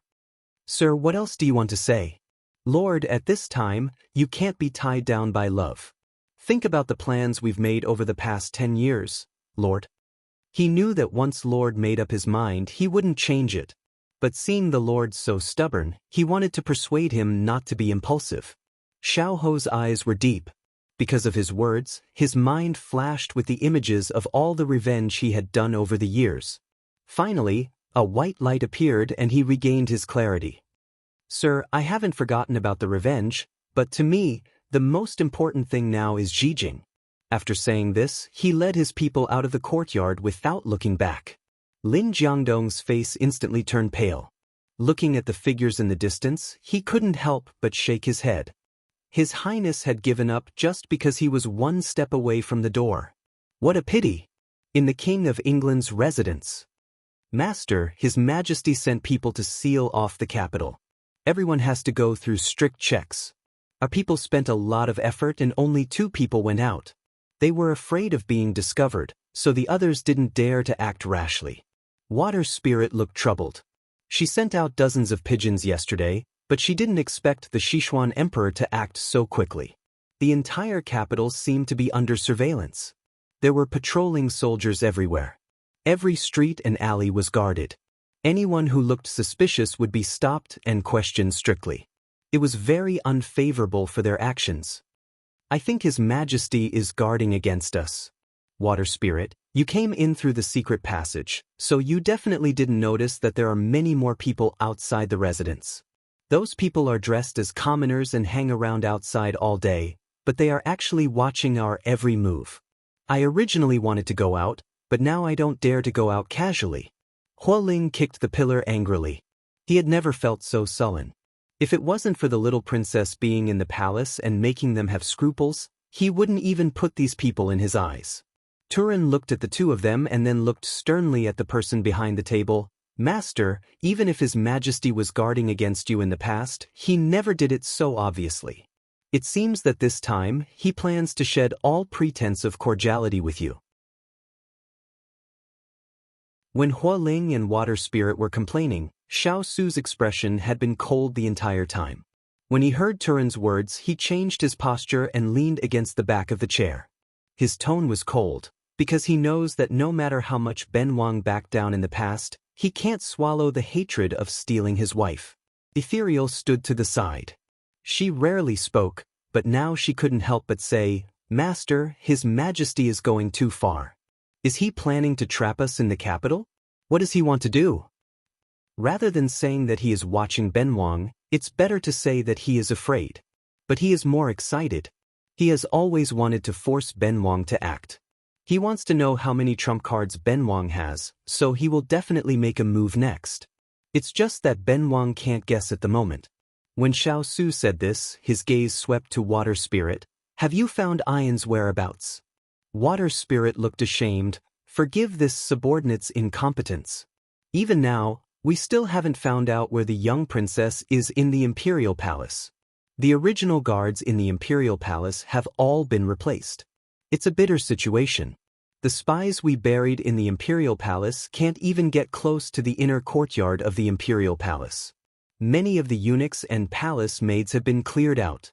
Those who serve His Majesty and consort you are all his trusted aides. The security is very tight. Normally, even a mosquito can't enter the palace where they go. We originally wanted to arrange for people to investigate at night, but we found that even the roofs of the palace are guarded. This time, the security of the Imperial Palace is the tightest it has been in many years. They are just hiding a young princess. Is there a need to guard the Imperial Palace like an iron bucket? Hualing almost cursed, but because his master was here, he could only enjoy it in his heart. This isn't your fault. Imperial Father has always been cautious. If he wanted to hide someone, it wouldn't be so easy for others to find her. Xiao Su waved his hand, but his eyes darkened even more. At this time, Turin spoke up. Master, His Majesty seems to be very afraid that you will find the young princess by doing this. Also, I feel that there's more to this than meets the eye. Xiao Su snorted coldly. He's afraid that this prince will turn against him after finding Ian. Also, the plan this time is probably something he came up with on the spur of the moment. It's not very thorough. Right now, he really needs time to perfect the plan. So, hiding Ian is not only to anger this prince and make this prince panic, he also wants to stall for time. When he said this, Xiao Su's lips curled into a sneer. It was because Imperial Father knew that Ian was his weak spot, so he used her without any scruples to do things that he had always wanted to do but never had the chance to do. That's right, once a person had a weak spot, it was easy to break through. However, Imperial Father did not understand another principle. That was, when a person had someone they wanted to protect, they would become stronger when they met the strong and stronger when they met the strong. Pigeon Feather has already gone to the Fuli mountain range to send a letter. In less than a month, they will receive the news. Before they arrive, other than stalling for time, we must also prepare to escape. Xiao Su continued, Water Spirit, the most important thing for you right now is to find a way to find Ian's location. Once you rescue Ian, we will immediately leave the capital. Water Spirit nodded solemnly, this subordinate will do everything in my power to find the young princess consort. Turin's eyes lit up at this time. He stepped forward and asked, Master, now that our people are being closely monitored, it is somewhat inconvenient for us to move. Why don't we find some outside help? This subordinate believes that Her Majesty the Empress and the Liang family will be very willing to help. When these words were said, everyone looked at their master. It was indeed a good idea. Xiao Su shook his head when he heard this. I understand Imperial Mother and Grandfather's thoughts very well. Once they participate, the situation will be difficult to clean up. At that time, we will walk a path that Ian and I don't want to walk. Perhaps we will really bear an infamy for all eternity. His idea was very simple. Rescue Ian and then take her far away. Even if he had to fight against the imperial court, he would not hesitate. However, he did not want to become a sacrifice for imperial power, a chess piece for Imperial Mother and the Liang family, and then spend years or even decades fighting for that position. Everyone nodded in deep agreement. At this time, someone came in to report, Lord, the second prince requests an audience. Xiao Su raised his brows. Why did second brother come at this time? Invite him to the drawing room.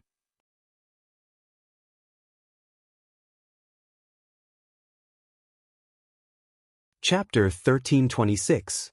Xiao Yao came suddenly and his appearance was also very sudden. Although Xiao Su had a lot on his mind right now, seeing his second brother covered in grass and a few chicken feathers on his head, he couldn't help laughing. What happened to you? Hua Ling on the side couldn't help laughing as he said, Second prince, did you sleep in a chicken coop? Xiao Yao was already depressed. Seeing this master and servant laugh at him, his face filled with grievance. He looked at Fire Spirit Tiger. Is this prince someone you can talk about as you please? Go, go, go, no respect for your elders. Hua Ling gave a laugh and retreated behind his master. Xiao Yao gave a snort and slowly picked up his teacup, elegantly drinking from it. If it wasn't for his current appearance, he would have looked quite elegant. Eldest brother, this door of yours really isn't easy to enter. In order to not be discovered, I had to climb over the wall. Chi, I never thought that there would be a day when I, the elegant and refined lord, would fall to the point of climbing over a wall. He had been sighing to himself, but the scene suddenly changed. He angrily said, Eldest brother, when did your king's palace start raising poultry? I remember that there was a small garden behind that wall. How did it become a chicken coop? It caused me to fall quite heavily and I was chased far away by several hens. Living this long, I have never encountered such a sullen situation. Today you will kill those hens for me. I want to eat chicken and drink chicken soup to vent the anger in my heart. Xiao Yao normally had an unrestrained appearance and was very easy to talk to, but as long as one didn't touch his bottom line, it was fine. However, his temperament was very high and it was like he had been chased by chickens with nowhere to run. This was simply a great shame for him, so he wanted to seek justice from Xiao Su like a little child. Actually, he was normally like how he described himself. When Xiao Su heard his words, he could not help smiling. Behind him, Hua Ling was laughing uncontrollably. Then under Xiao Yao's man-eating gaze, he stopped laughing and explained, Those domestic animals are raised by my family's Master Chu, who is also my family's little princess father. Actually, you are considered lucky. Master Chu took Xiao Huang and Xiao He for a walk. Otherwise, if you met those two dogs, it wouldn't be just like this. The corner of Xiao Yao's mouth twitched. He found it hard to believe that his eldest brother would allow someone to raise poultry in his mansion. It was unbelievable. Hua Ling said that he was raised by your father-in-law. Is that true? Do you have any objections? Xiao Su glared at him coldly. Xiao Yao was so scared that he immediately sat up straight. He swallowed his saliva and waved his hand. No problem. If you can't answer, I'll take a detour. Xiao Su sat down on the main seat and looked at him inquisitively. Tell me, what are you doing here? He did not believe that his second brother would climb over the wall at this time just to drink a cup of tea. If that was the case, he would not be wasting time here with him. Xiao Yao put away his frivolous appearance and looked seriously at the person sitting on the seat. I've been strolling around the capital these past 2 days and found that the atmosphere was not right. There were patrolling soldiers everywhere, and it was even more strict than when the Southern Song envoy entered the capital. I wanted to find you to ask for some information, but I didn't think that I would hear the news that the Southern Song princess had fallen off a cliff and that third brother was seriously injured and unconscious. I thought that I could come here to relieve myself, but I didn't think that your place would be even more dangerous. Are those people outside the Imperial Palace guards? Xiao Su raised an eyebrow. You have good eyes. Xiao Yao chuckled. Even if they changed their clothes, I would still recognize them.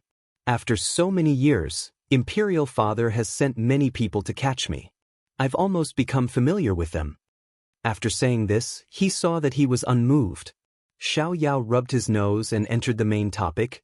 Did you and Imperial Father have a falling out? Xiao Su frowned. He's the one who wants to steal my person. As expected, Xiao Yao slapped his thigh and said in a tone of realization, I was wondering why Imperial Father invited Miss Chu into the palace for no reason. So it was to provoke you. Just now in the prince's mansion, he had overheard the servants' conversation. He did not think that Imperial Father would use such a despicable method to force his eldest brother to take action.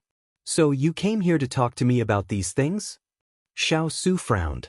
Hearing the impatience in eldest Imperial brother's voice, Xiao Yao immediately stopped talking. He opened his fan and said unhurriedly, Of course not. I know that you must be worried about Miss Chu's whereabouts right now, and I also know that your people can't find her, so I specially came to make it convenient for you. Xiao Su's eyes brightened. Speak. Your people can't go in and find her, but that doesn't mean that I can't find her. Seeing his puzzled expression, Xiao Yao smiled mysteriously. Eldest brother, have you forgotten that my imperial mother is still in the palace? Although she has not participated in the struggle for favor and power for many years, if she wants to find someone, she can still do it. Xiao Yao's words made Xiao Su's lips curve. I really did forget. Then I'll have to trouble you. Hearing this, Xiao Yao laughed and closed his folding fan, standing up. Don't be so polite at this time. We brothers don't distinguish between you and me. Xiao Su nodded gratefully, but said in a serious tone, after we find Ian, don't have any more contact between us. I don't want to implicate you. Xiao Yao laughed softly. Imperial brother, what time is it now?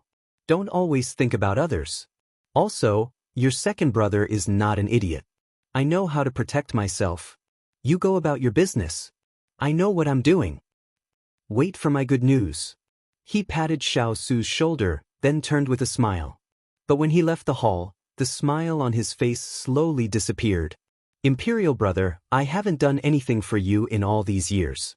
This time, I will definitely protect you well. With Consort Wan's help, we will definitely be able to find the young princess consort as soon as possible. Huling was a bit excited. Consort Wan was Xiao Yao's birth mother.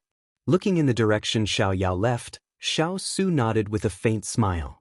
In the Imperial Palace, Chu Qingyan sat in a chair with her brows deeply furrowed. Consort Yu's words made her feel uneasy. Although Shishuan Emperor and Consort Yu didn't say it on the surface, they were secretly plotting against the Big Ice Cube. This matter of hers would definitely be used by Consort Yu to deal with the Big Ice Cube. She had to find a way to contact the Big Ice Cube and tell him about her situation. However, for the past 2 days, other than staying in her own room, she was brought to see Xiao Ran. No matter where she went, there were 4 palace maids watching her. Needless to say, there were also imperial guards watching over her. It could be said that it was difficult for her to move an inch. But the more it was like this, the clearer her mind was and the calmer her heart was. Because she knew that panicking would only make her panic. She knew how to contact the Xiao cavalry, but she had tried several times here without success. It seemed like she couldn't contact them at all. Suddenly, a light flashed in her mind, making her think of someone.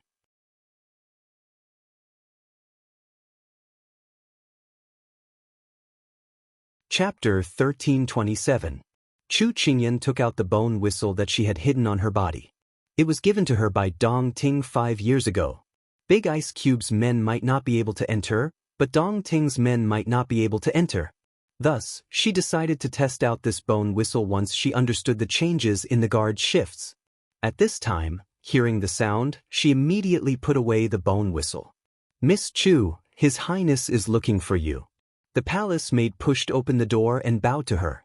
She was already used to Xiao Ran looking for her several times a day. She stood up and pulled back her sleeves. "Let's go." She found that the place she lived was very close to Xiao Ran's palace. She only needed to walk a short distance to get there. She thought that it was to make it easier for Xiao Ran to summon her. Also, the guards along the way were very strict. If she wanted to escape from this place, it would be too difficult. So she gave up on the idea of climbing the wall in the middle of the night. Entering the hall, Chu Qingyan put away her emotions. A faint smile appeared on her lips. She looked up and unexpectedly met Xiao Ran's expectant eyes. These past few days, she had seen this expression many times, but she was still a bit stunned at that moment. She was very puzzled. She had never given him the wrong impression before. She was only a 10-year-old girl back then. Not to mention the 5 years they had been separated. Even if they met again after many years, they had not seen each other that many times. Why did he not let her go? But this question, she could not ask Xiao Ran face to face. First, she was afraid that something would happen to his body again. Then she might enter the palace vertically and leave lying down. Second, she did not want any more accidents to happen and implicate the Big Ice Cube. The current situation was very clear that the Big Ice Cube was also restrained. Otherwise, there would have been no news in the past 2 days. "Qingyan, what are you thinking about? Come here." Xiao Ran saw her standing there in a daze and could not help but wave at her in confusion. Her train of thought interrupted. Chu Qingyan gathered her thoughts. A faint smile appeared on her face again. She walked towards Xiao Ran. "The imperial physician said that you have recovered well these past 2 days. You might be able to get out of bed and walk tomorrow." "Yes, it's all thanks to your care. Otherwise, I might have to lie in bed for a while." Xiao Ran grinned, revealing his neat white teeth. He looked very simple and honest, as if he had no shrewdness in his heart. Chu Qingyan pursed her lips when she saw his smile. She hoped that he wasn't involved in what Consort Yu was doing. "By the way, Qingyan, try this dessert. I specially asked the Imperial Kitchen to prepare it for you. It's made according to your preferences. You'll definitely like it." As he spoke, Xiao Ran pushed a few plates of exquisite pastries on the small table in front of her. Then he looked up at her, like a child who was eager to be rewarded, expectantly and carefully. Facing this kind of gaze, even if she wasn't hungry, she couldn't refuse. She reached out to try a piece and nodded with a smile. "It's really not bad." Receiving praise, Xiao Ran was as happy as a child. He wanted to pull her hand, but she cleverly avoided him. He was slightly surprised, but he still cheerfully said, "It's good that you like it. In the future, tell me what you want to eat and I'll have the Imperial Kitchen make it for you." Chu Qingyan said with a faint smile, "Don't just take care of me. The most important thing right now is your body. You have to drink all the medicine and tonic soup that I made for you. Only then can your body recover faster." "I'll listen to everything you say." Xiao Ran nodded without any hesitation. Hearing this, she was silent for a while before probing. "Xiao Ran, I've already been in the palace for 2 or 3 days. I don't know how the Wang Fu is doing. Can you tell your mother to let me leave the palace?"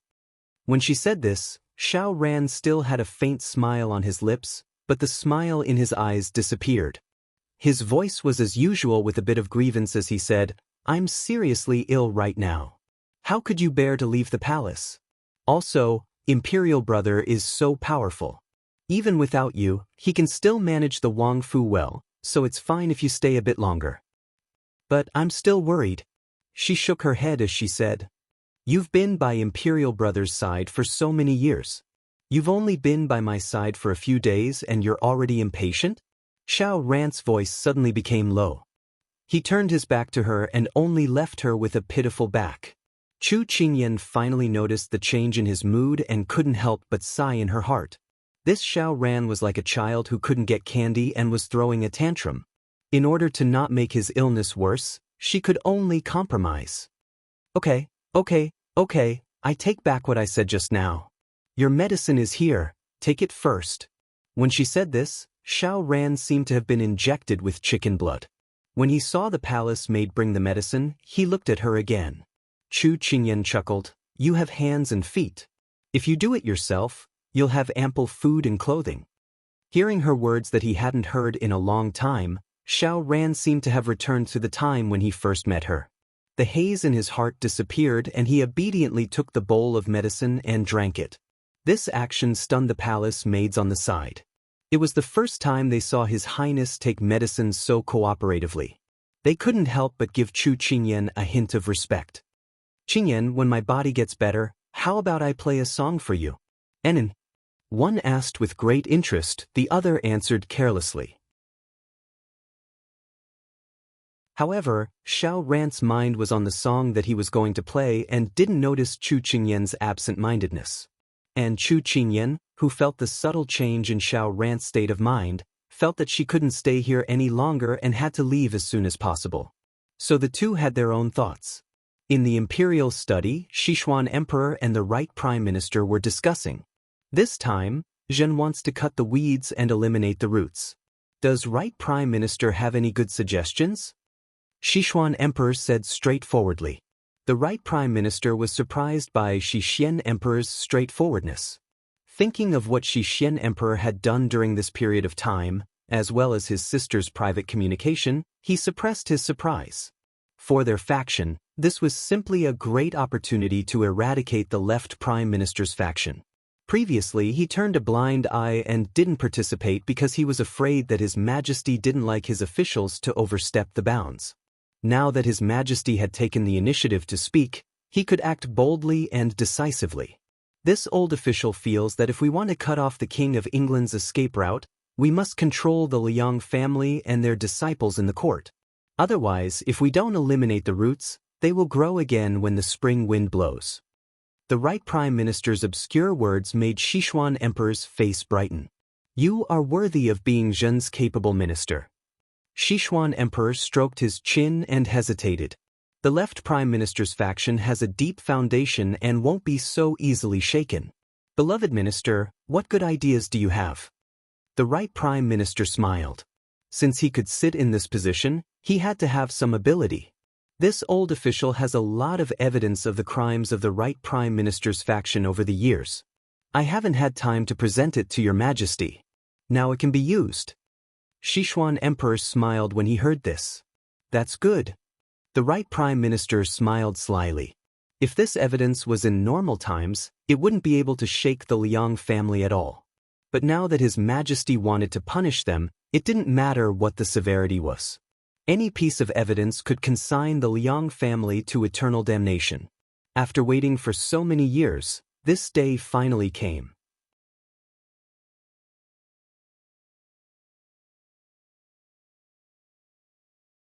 Chapter 1328. Time passed quickly, and 2 days passed in the blink of an eye. At the bottom of the cliff, a blue figure had been standing there for a long time.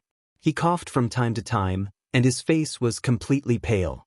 However, his eyes were fixed on his surroundings, and he didn't relax at all. Lord, you've been here for 2 days and 2 nights. Go back and rest. Leave this place to your subordinates. Xiao Ho's personal guard couldn't stand it anymore and stepped forward to persuade him. Don't say any more. I know what I'm doing. Xiao Ho raised his hand and stopped his subordinate from continuing. The guard had no choice but to retreat. At this time, the people he sent out returned. Xiao Ho looked at them, his fingers slightly curled, and his voice carried a hint of nervousness. Did you find her? Everyone shook their heads. One of them stepped forward and said, Lord, we've searched the entire bottom of the cliff for the past 2 days, but we still can't find the princess. Xiao Ho's face stiffened. Then he pursed his lips and ordered coldly, "Continue to search. If you can't find her, expand the search area. I want to see her even if you have to dig 3 feet into the ground." Everyone looked at each other, but they didn't dare to question Lord's orders. They immediately left. In front of him was a vast expanse. The grass was as thick as a finger and as tall as a person. There was wet soil and sharp stones everywhere. Xiao Ho couldn't help but clench his hands. "It's been so many days. Jijing, where are you? I don't dare to leave here. They said there are wild beasts here. I'm afraid they'll appear and hurt you. I'm also afraid that if I leave and find you, the first person you see won't be me.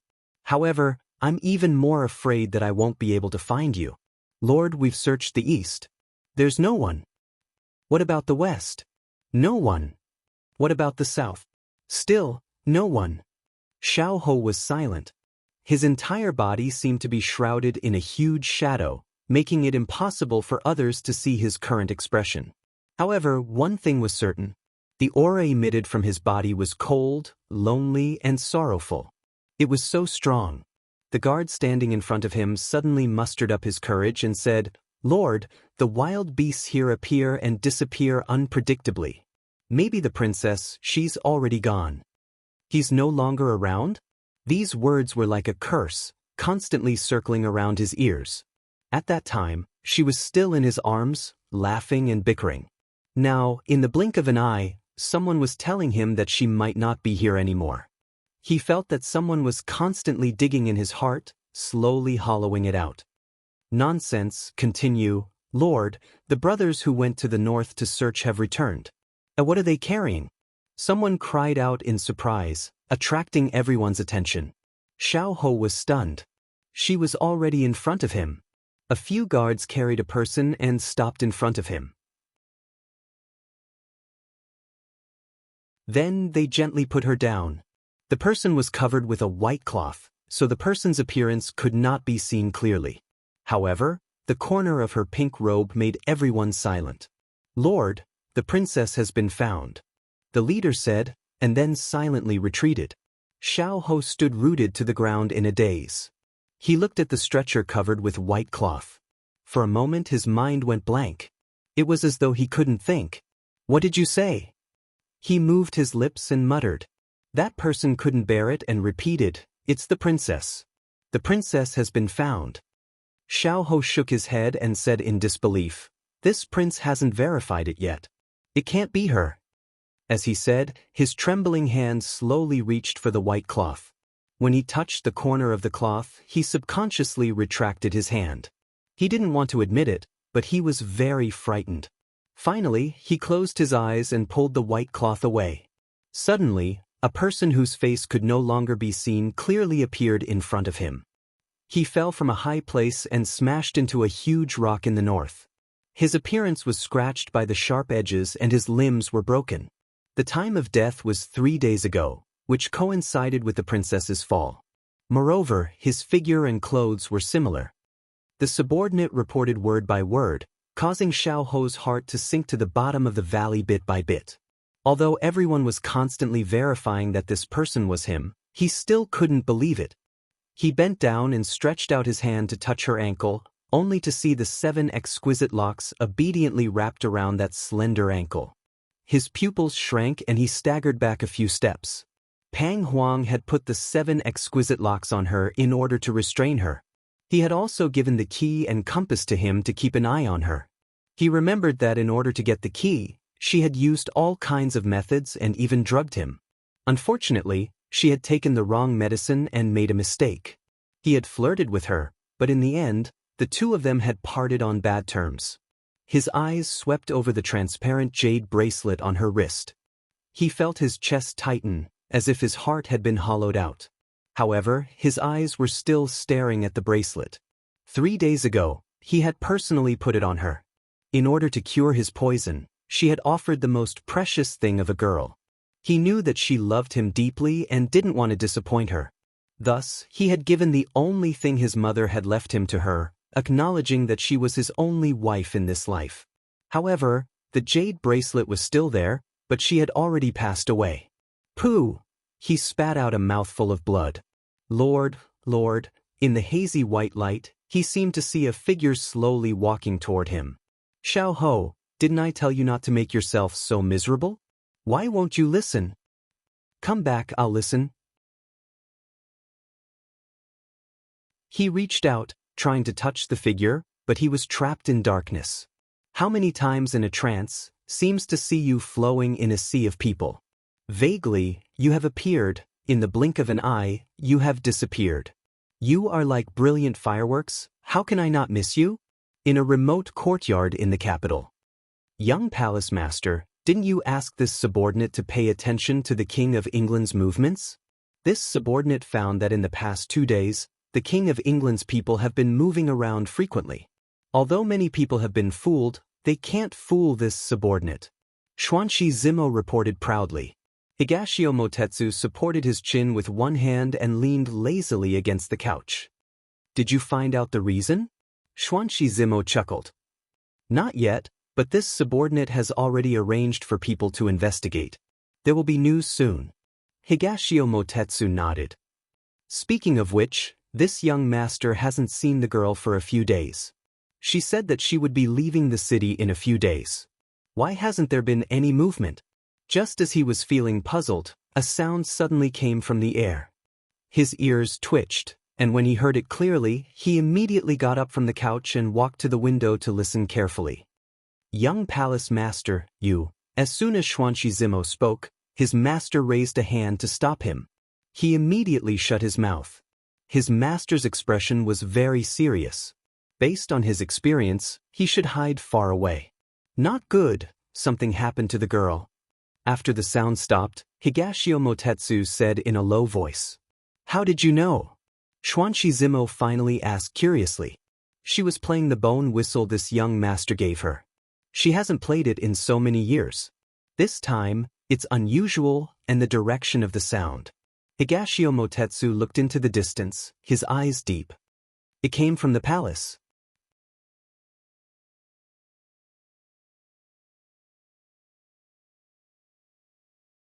Chapter 1329. This young master has to enter the palace. Higashio Motetsu narrowed his eyes. Perhaps Miss Chu wanted to blow the whistle on a whim. Besides, it's not unusual for her to enter the palace. Isn't she the King of England's fiancée? It's normal for her to enter the palace. Xuanqi Zimo was a little selfish. The young palace lord had yet to recover from his injuries, and he didn't want him to take the risk of entering the palace. Higashio Motetsu shook his head. That's impossible. I know her. She knows how important the bone whistle is to me. Besides, considering the recent movements in the King of England's estate, it might have something to do with her. No matter what, I have to enter the palace. Seeing that he had made up his mind, Xuanqi Zimo had no choice but to compromise. All right, then this subordinate will arrange for you to enter the palace. The sooner the better, Higashio Motetsu said coldly. Xuanqi Zimo looked at the sickly expression on his face and opened his mouth. In the end, he sighed and left without saying anything. In the palace, Chu Qingyan played with the bone whistle in her hand. She thought about the gift she'd received from him in the eastern courtyard and frowned. She didn't know if he'd be able to find her tonight. Just then there was a soft sound. If her hearing wasn't good enough, she wouldn't have heard it at all. She opened her eyes and immediately turned to look at the window. Under the fluttering curtains, she saw a purple figure standing under the moonlight. He looked even more handsome than before. In the past few days, she'd only seen unfamiliar faces. Seeing someone familiar, her eyes couldn't help but redden. We've finally met, and you're already crying. People who don't know better might think that I bullied you. If word gets out, how can I, the Moon Palace's young palace lord, live? How can I survive in the Jianghu in the future? There was a teasing tone in his voice, but when he walked up to her, she could clearly see the worry in his eyes. When he saw that she was unharmed, he sighed heavily. She'd placed her last hope on the whistle, hoping to get lucky. She hadn't expected him to really come. I didn't want to either, but I couldn't control myself. I didn't expect you to really come. Chu Qingyan rubbed her sore eyes. In the past few days in the imperial palace, she had been on tenterhooks and on guard everywhere. Only when she saw friends she was familiar with could she let down her guard. At this moment, she felt both agitated and wronged. Didn't I say that whenever you need me, just blow the whistle and I'll appear? Higashio Motetsu looked at her and couldn't help but reach out and rub her head tenderly. She nodded gratefully. Because of the special occasion, she quickly collected her emotions. Higashio Motetsu scanned his surroundings. After a moment of contemplation, he met her eyes. You summoned me because Xiao Su's men couldn't enter. How did you know that I could? Chu Qingyan raised her eyebrows and smiled. The people guarding me are Consort Yu's men. The Moon Palace works for her. As the young palace lord, who would dare to stop you? So I thought that perhaps no one would be able to enter, but you wouldn't make things difficult for your own people. Am I right? Smart. Higashio Motetsu snapped his fingers, then looked confused. Then why did you believe that I would come to see you? Since I'm a member of the Moon Palace, you should be more cautious. Aren't you afraid that I played a part in trapping you in the Imperial Palace? She wanted to roll her eyes at this question. You might not believe me, but I relied entirely on my intuition. Because I believed that you wouldn't hurt me.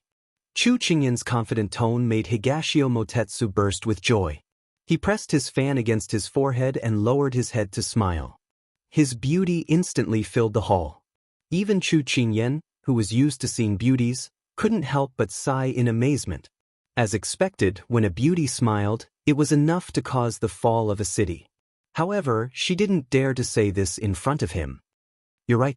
I, Higashio Motetsu, would never hurt my own people.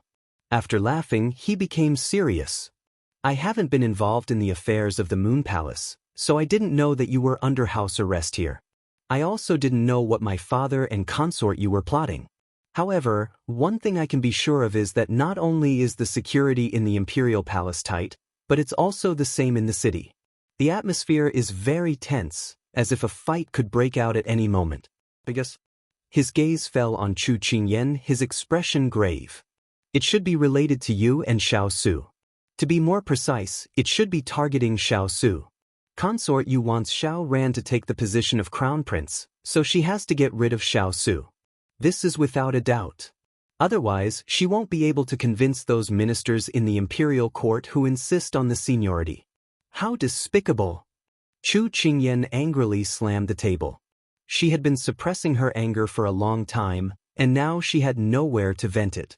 Her entire body was on fire. Suddenly, she remembered something. That's right. Consort Yu knows that I went to the battlefield. If this news spreads, it will be very disadvantageous for His Highness. Higashio Motetsu's expression darkened when he heard this. I know what they want to do. What? Hurry up and say it. She asked urgently. He looked at her, his eyes dark. After hesitating for a moment, he said, You should have noticed Xiao Ran's feelings for you. Consort Yu put you under house arrest here for Xiao Ran and also to threaten Xiao Su. They have something on you, and with your safety, Xiao Su can't act rashly. Otherwise, with his personality, he would have broken into the Imperial Palace long ago.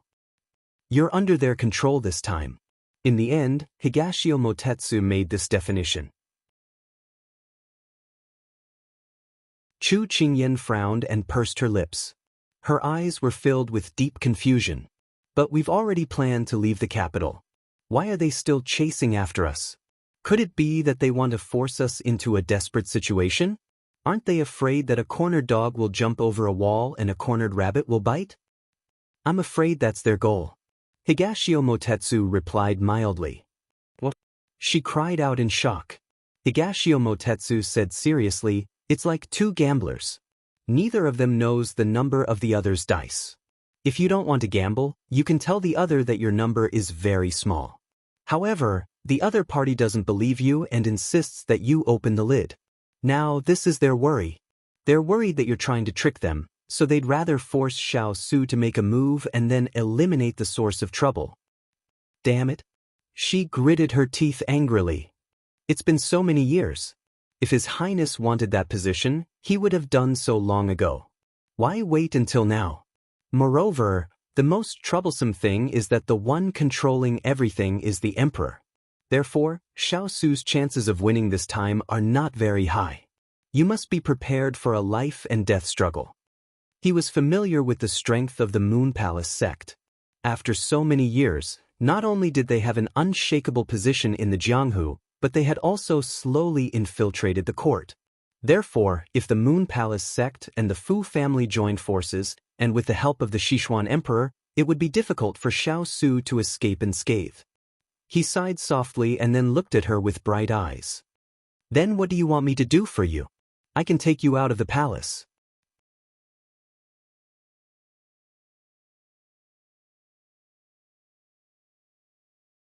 Chapter 1330. Higashio Motetsu's words stunned Chu Qingyan, but when she regained her senses, she immediately shook her head. No, if you do this, they won't let you off. What does it matter? At most, I'll be reprimanded by my father. No matter what, I'm still the next successor of the Moon Palace. They won't dare to do anything to me. Higashio Motetsu said carelessly, as if he didn't care at all. Chu Qingyan firmly shook her head.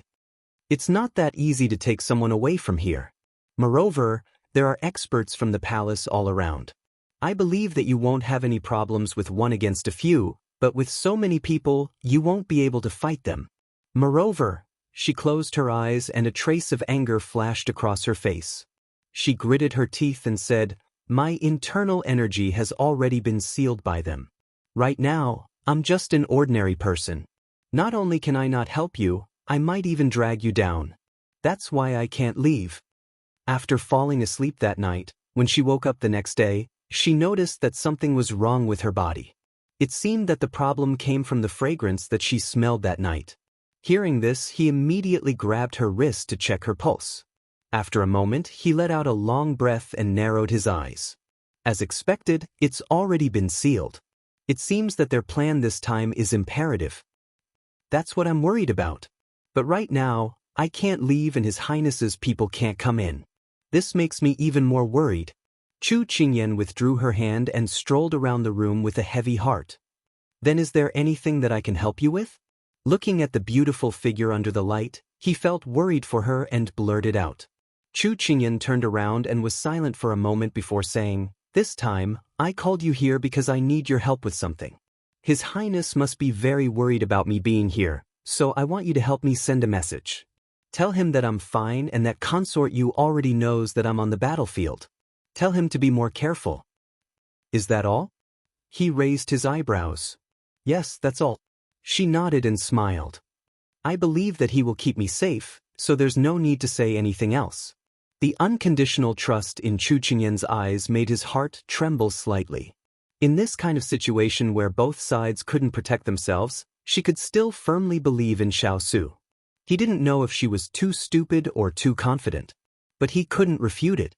For so many years, he had watched her and Xiao Su walk step by step. The two of them had never disappointed others. No matter how dangerous the situation was, the two of them were always able to overcome it.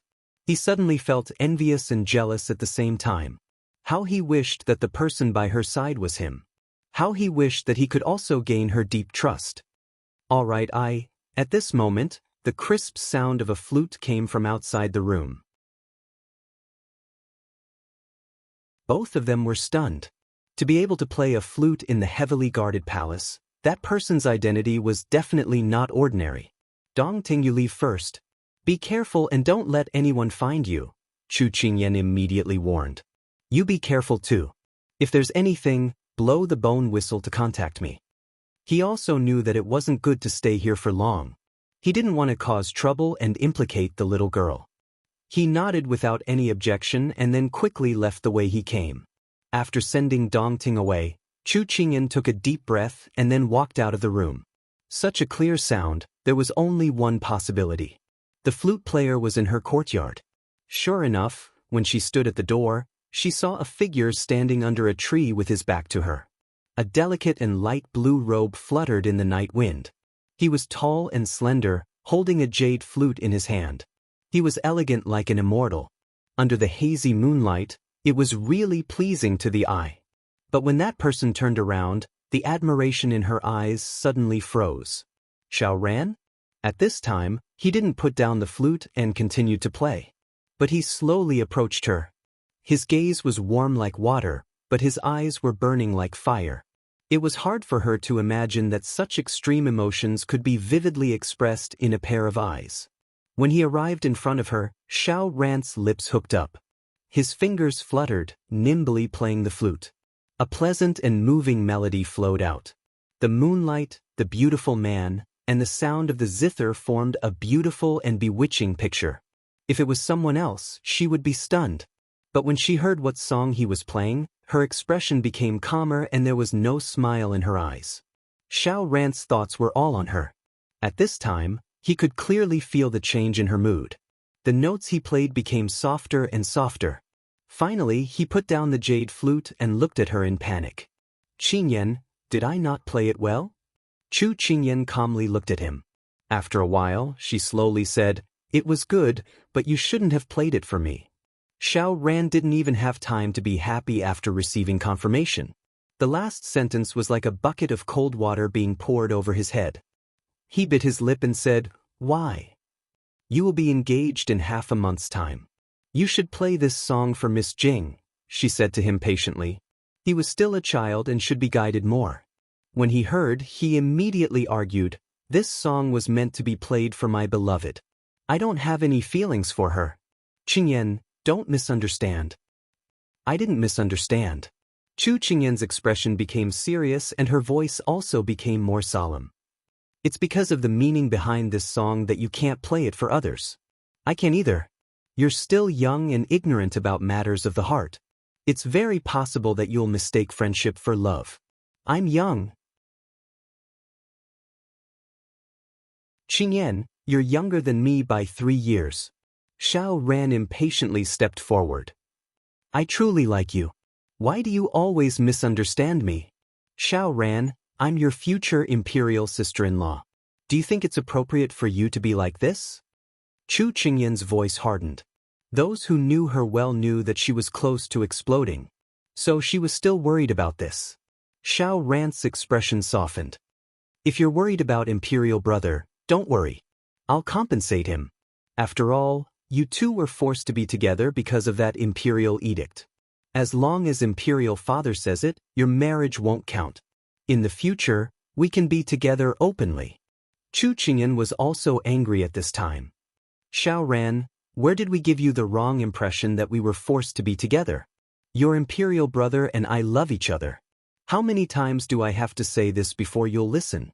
Could it be that you only choose to listen to what others say to you? If that's the case, then I have nothing to say to you." Xiao Ran was shocked and his heart ached. He unsteadily took a step back, his eyes filled with pain and disbelief. "You and imperial brother are so different in age. How can you have feelings for each other? Also, he's so dull and you're so lively. You shouldn't be able to talk about the same thing." Chu Qingyan looked at Xiao Ran's shocked and sorrowful face. Her heart couldn't bear it, but she had to cut through this layer of window paper at this time. Whether it was for her or for him, it was beneficial.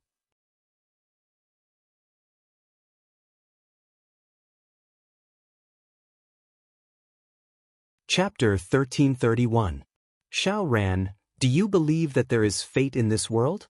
Chu Qingyan slowly walked under the tree, intentionally or unintentionally widening the distance between the two, and then turned to look at him. Xiao Ran looked at her with a hurt and blank expression, waiting for her answer. "Your eldest brother and I were originally two unrelated people. If it wasn't for that imperial edict, there would be no possibility of us meeting in this life. However, your imperial grandfather and imperial father made the decision, and because of the marriage, we were bound together. This is the fate that brought us together. Speaking of which, when I first learned about the marriage, I was against it. I didn't want to be a victim of a political marriage. I was forced to enter the King of England's household. However, after interacting with him, I found that he wasn't like the rumors outside. He was gentle and attentive, and was a rare partner to accompany for a lifetime. I am willing to hold hands with him and grow old together." Chu Qingyan spoke gently, with the tenderness and sweetness of March in Jiangnan. No matter how one looked at it, she seemed like a woman who was deeply in love. However, this scene was very painful in Xiao Ran's eyes. Those words were like thousands of arrows, fiercely stabbing into his heart. How could it be? You? Xiao Ran shook his head, and the stormy waves in his eyes finally turned into determination. No, Qingyan, you must be lying to me. Seeing that he was still deceiving himself, Chu Qingyan was very disappointed. She fixed her eyes and spoke to him seriously for the last time. Xiao Ran, what do I have to do to make you believe that I'm telling the truth? In a relationship, height, age, and family background are not distance. The distance is whether or not you love each other. Moreover, your eldest brother is only in his early 20s, very young. What makes you think that we don't have common topics to talk about? Speaking to her, her tone was a bit agitated. Speaking of his reticence, isn't it because of you? Every one of you will only push him out when you encounter a problem. No matter if it is a fire pit or a mountain of knives, you don't even blink. In this world, there is no more ruthless executioner than you. Watching him go through fire and water in front of you, do you have the nerve to enjoy this golden age behind his back? I didn't, Xiao Ran immediately argued, as if someone had stepped on his tail. Then what are you doing now? You should know the reason why your imperial mother brought me into the palace, right? Xiao Ran, why do you think that as long as you want it, your imperial brother will give it to you? Have you asked your imperial brother's opinion? Don't do to others what you don't want done to you. You are really too disappointing. Chu Qingyan shook her head, her disappointment evident in her words. Qingyan being so disappointed in him made Xiao Ran panic. He reached out and grabbed her hand, anxiously explaining, Qing, don't be disappointed in me. I really didn't mean to hurt you. Imperial Mother is doing this for my own good. She doesn't want me to be immersed in the pain of lovesickness. Moreover, I really want to see you. Chu Qingyan calmly looked at him. Xiao Ran, let go of me. Let go of me. Give up on me. Xiao Ran met her calm and beautiful eyes. Hearing her say, let go, 3 times, his heart was filled with shame and anger. His grip on her wrist tightened as he said word by word, Qingyan, I will never let go of you. Chu Qingyan frowned and forcefully flung his hand away. Her voice was indifferent as she said, Your Highness Fourth Prince, please conduct yourself with dignity. Seeing the impatience in her eyes, the alienation in her words, and the way she addressed him in the end, Xiao Ran was angry and resentful. Qingyan, could it be that I can't compare to eldest brother? Looking at the person in front of her who was doing his best, although she shouldn't continue speaking out of selfishness, in order to let him see reality clearly, Chu Qingyan closed her eyes. When she opened them again, her voice was solemn, You can't compare to him in any way. This was the truth. Whether it was beauty in the eye of the beholder or an objective evaluation, her big ice block was unparalleled in the world. Xiao Ran's eyes widened when he heard this. He looked at her in disbelief. So in her eyes, he wasn't worth a single cent. He had always been a favored son of heaven. Imperial father and imperial mother said that he was smart and witty. The ministers were also full of praise for him. He worked hard to learn knowledge, diligently practiced martial arts, and was proficient in etiquette, music, archery, and imperial calligraphy. But in the end, she ignored him because of eldest brother. Unwillingness, humiliation, sadness, disappointment, and sadness filled his entire heart. Qingyan, what you're saying is unfair. I'm also working very hard. He looked at her with melancholy and his eyes were filled with unwillingness. Chu Qingyan sighed lightly and looked at him. Xiao Ran, you're a flower that grew in a greenhouse. He's a tree that's been exposed to the wind and sun. What you're saying is indeed unfair. Xiao Ran's eyes widened. These words were even more piercing than the words just now. He was stunned in place. No matter if it was in the palace or in the court, everyone said that he had more talent and ability than eldest brother. But no one had ever told him so directly that he couldn't compare to eldest brother. Could he really not compare? She felt that she had already said it. Whether or not he could understand was up to fate. Seeing that the sky was so dark, she didn't want to be entangled with him anymore. She turned to leave. Sensing her intentions, Xiao Ran blocked her path. Under her unhappy gaze, he lowered his voice as much as possible and gently said, "Qingyan, perhaps I really can't compare to Imperial Brother, but I still have a long life. I can learn. I can work hard to improve myself and surpass Eldest Brother. Can you give me a chance?" "Why do you have to do this?" Chu Qingyan was first stunned by his persistence. Then she pursed her lips and frowned. She had wasted an entire night talking to him so much, but she didn't think that he wouldn't listen to a single word. How could he be so stubborn? She really wanted to pry open his head and see what was inside. Xiao Ran looked at her. Her black hair and red clothes contrasted strongly, but it made her look even more beautiful. That pair of lively eyes blinked on her palm-sized face. Every time they blinked, it was like they brushed past the softest part of his heart. Her delicate lips were a light red. The moonlight shone through the gaps and fell on her body, making her delicate face look even more vivid. She was so beautiful that he was mesmerized. Xiao Ran absent-mindedly walked forward and reached out to grab her wrist, wanting to pull her into his embrace. "Qingyan, give me a chance. I will treat you well for the rest of my life." Xiao Ran let go. She had lost all her internal energy and was unable to move his strength. Chu Qingyan looked at him in alarm. She didn't think that he would suddenly come close. "Qingyan, I really like you." "Pa." Before Xiao Ran could finish his affectionate words, a slap landed on his face. After the cold touch, there was a burning pain.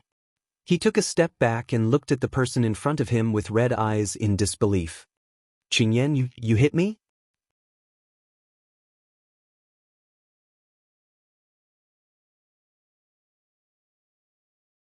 Chapter 1332. Chu Qingyan hurriedly took a few steps back and then raised her head. The anger in her eyes was obvious. "Xiao Ran, do you know what you're doing?" She clenched her fists tightly. If it wasn't for the fact that her internal energy was being suppressed, then it wouldn't have just been a simple slap. She even had the thought of violently beating him up. However, at this moment, Xiao Ran didn't notice her anger. He was still immersed in the fact that the woman he loved had slapped him. Moreover, she had used all her strength without any leeway. Actually, for someone like Chu Qingyan who had lost her internal energy, this slap wasn't heavy at all.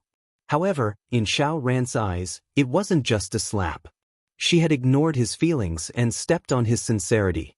"Qingyan, I should be the one asking you this. Do you know my feelings or not?" Xiao Ran put down the hand that was caressing his face. The gentleness in his eyes had completely disappeared. The night formed a dark and heavy background behind him and then slowly seeped into his eyes. It was deep and dark, as if it contained the undercurrent of a storm. Chu Qingyan was shocked by his sudden change. However, at this moment, the ambiguity was the biggest injustice to him. Thus, she calmed her face and looked at him with pity. However, her face was calm and her tone was firm. "I know, but I'm sorry. I can't accept it."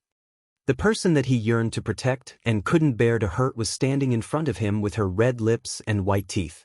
She could clearly smile at him, but those red lips spat out the words that he couldn't accept the most.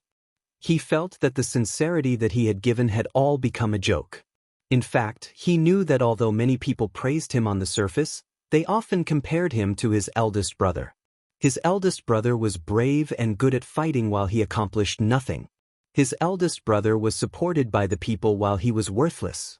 However, he didn't care because he admired his eldest brother very much. Moreover, all of this was what he deserved. However, this was the only time he had seriously fought for it in the past 10 years. He believed that he didn't have to sacrifice as much as his eldest brother.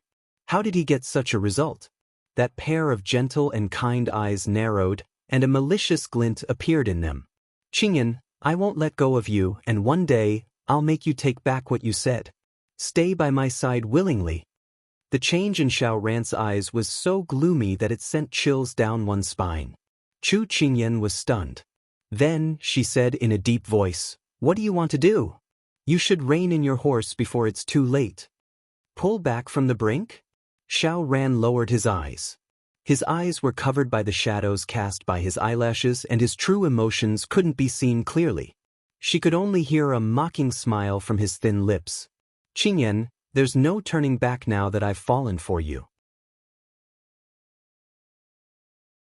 After saying that, he didn't wait for the stunned Chu Qingyan to react. He took a few steps back and gave a low laugh.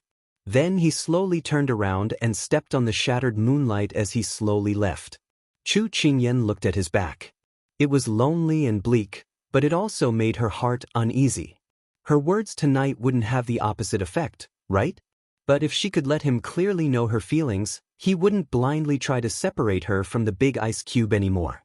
After Chu Qingyan comforted herself, she walked to her room. Ever since her inner energy was sealed, she became very tired easily. They must have done something to her food. But Ethereal wasn't by her side, so she didn't know what was wrong with her. She had to wait until she left the palace before she could do a proper examination. At the same time, in the quiet King of England's residence, which looked gentle and harmless, enjoying the peace of the night, there were turbulent waves inside and the atmosphere was extremely tense. Master, the Fu family seems to want to make a move against the left prime minister. This subordinate has discovered that they are frequently mobilizing people to gather evidence. This evidence is very unfavorable to the left prime minister's faction. It also involves the Luo family's treason 21 years ago and old Master Chu's battle 15 years ago. Water Spirit stood in front of the table and reported respectfully to the figure shrouded in darkness. There was a trace of surprise in her voice. The candlelight flickered and the place that wasn't illuminated was dark. Xiao Su was hidden in the darkness. When he heard this, his eyebrows twitched. You know what they are planning? With the Liang family's position in the court, the evidence is not enough to topple them. But this time, this subordinate feels that it is very strange. Although they are doing things secretly, there are still movements. But the higher-ups didn't say anything. This was what she was puzzled about. It was really too strange. Xiao Su narrowed his eyes. As the two major factions in the court, the Fu family and the Liang family had not been at loggerheads for a day or two. They didn't like each other and wanted to topple each other. But for so many years, they were able to restrain each other and appear to be peaceful on the surface. This was because the person on the dragon throne didn't want to see one of them become more powerful, so he allowed them to fight within his control. But as soon as they went out of control, he would take action. This was an unchanging rule. So if the two families wanted to hurt each other, they had to do it before the invisible hand behind the scenes made its move. But at this moment, the Fu family's actions were so big, but Imperial Father didn't make a move. Then there was only one possibility. The Fu family was doing this under Imperial Father's orders. Xiao Su's gaze gradually turned cold. Hua Ling rubbed the back of his head and said in confusion, Master, this subordinate doesn't understand. It is no secret that the Fu family wants to deal with the Liang family. But for them to make a move at this time, isn't it too coincidental? It isn't coincidental. Xiao Su said indifferently and coldly, the Fu family dares to do this because they have support behind them. Imperial Father probably wants to cut off all my wings this time and doesn't want anyone to support me. So sealing the city is to cut off your escape route. Dealing with the Liang family is to cut off your support. His Majesty wants to force you to your death. Hua Ling was agitated and directly blurted out the words. When the words fell, the room was instantly silent. He swept a glance at his master and companions and immediately closed his mouth. Although Hua Ling's mouth was fast, he said a bloody truth. Xiao Su's jaw was clenched, his expression was cold, and his gaze was heavy. No one knew what he was thinking at this time. On the side, Turin broke the silence and said, Master, if the Liang family falls at this time, then the court will be reshuffled. Reshuffling is exactly what His Majesty wants. When the time comes, he will support the fourth prince's henchman. When the time comes, he will be conferred the title of Crown Prince. Hua Ling revealed a mocking smile, his eyes full of disdain. The current situation is very unfavorable to us. Master, what should we do? Should we help the Liang family? Water Spirit raised her head and asked. The Liang family must have its support to reach this stage today. In the short term, even if the Fu family wants to make a move against them, it won't be that easy. Don't interfere first. When he said this, Xiao Su changed the topic and was as cold as a knife. Who is outside? Esteemed guest, isn't His Royal Highness too cold? A mocking and lazy voice sounded from outside the door.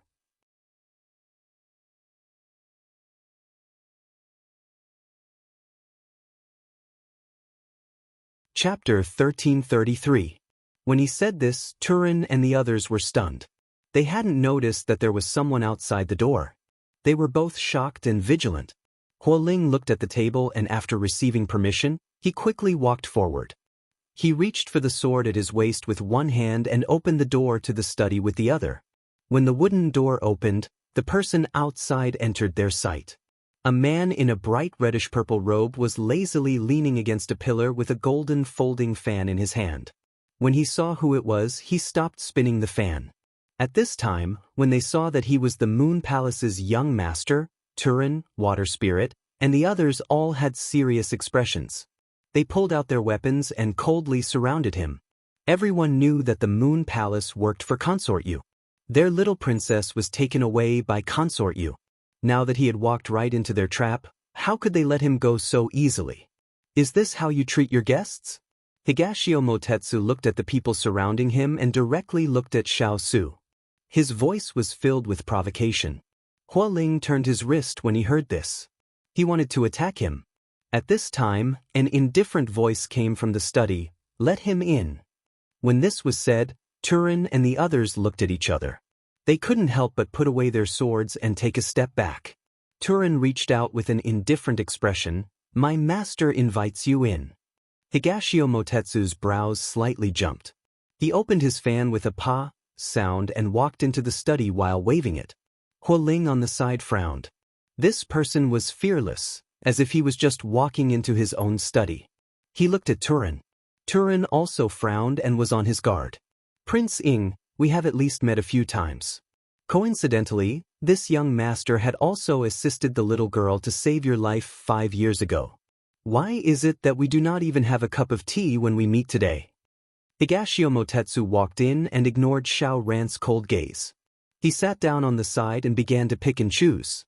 Xiao Su looked up indifferently. If young Master Dongting had handed in an invitation and openly entered through the front door, the proper etiquette would not have been lacking. Hearing this, the corner of Higashio Motetsu's mouth twitched. Did this mean that he didn't deserve to be treated courteously because he climbed over the wall? But if he didn't use this method, he probably wouldn't even be able to touch the door. "Your Highness King Ing, although this young master isn't taking the usual path, I have brought you important news. Shouldn't you change your attitude?" He really didn't like this kind of oppressive feeling, especially when it came from the little girl's fiancé. It made him feel like he was placed in a position where he had to look up to others, and this kind of feeling was very uncomfortable. Young Palace Master, young Master Dongting's words. Our positions are opposite. Our master is already merciful to let you sit here alive. What else do you want to scheme? Hurry up and tell me your purpose. Otherwise, don't blame us for being rude. Water Spirit sneered and walked out. Her eyes fell on him, full of hostility. Higashio Motetsu raised his eyebrows and looked at the silent Xiao Su.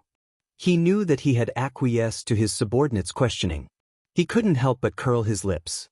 Sure enough, like people raised like subordinates. Even their words were full of arrogance. Xiao Su allowed him to enter the room. Now that he was surrounded by his people, he wasn't afraid that he would escape. So at this time he was calmly examining him. More accurately, he was examining his prey. He sighed softly in his heart. He originally wanted to make trouble for them, but the master didn't fight back, and he didn't want to argue with the subordinate who fought back. So he put away his frivolous attitude and calmed his gaze. He looked at Xiao Su and said slowly but clearly, "Xiao Su, whether you believe it or not, this young master is here to send you a message." Xiao Su looked at him coldly, as if trying to figure out how much truth there was in his words. He was really taciturn. He didn't know how the little girl could stand his personality. Higashio Motetsu didn't want to beat around the bush with him anymore. He stopped waving the fan in his hand and said reluctantly, "It has something to do with the little girl." As soon as he said this, everyone's expression changed slightly. They all looked at their master behind the table. At this time, Xiao Su's deep voice sounded in the room. Serve tea for young Master Dongting. Higashio Motetsu's mouth twitched again. As expected, the little girl's face was big. The person who was disdainful of him just now was now treating him with respect. The tea was quickly served. Dense steam lingered in front of his eyes. After he took a sip of tea, he heard the cold voice again. You've drunk the tea. Young Master Dongting, you can speak. Higashio Motetsu's mouth twitched again. So simple and direct. However, he had come here today to deliver a message, so he didn't delay any further. The little girl is now in Leisurely Palace, which is next to Xiao Rant's palace. It is heavily guarded all around, and the security here is even tighter than the city's. Hua Ling and the others looked at each other. Then they looked suspiciously at Higashio Motetsu. Besides this, what else is there? Higashio Motetsu stirred the tea leaves floating above, waiting for Xiao Su to question him. But he didn't expect this reaction. His hand paused and he looked up in surprise at the person behind the table who was as calm as a mountain. You don't doubt it? He believed it so easily? Ayan said that you are her close friend. This prince believes that you won't joke about her safety. From the incident of falling into the water last time, it could be seen that Higashio Motetsu was sincerely protecting the little girl. Although he didn't like him appearing around the little girl, he had promised the little girl that he wouldn't interfere with her making friends.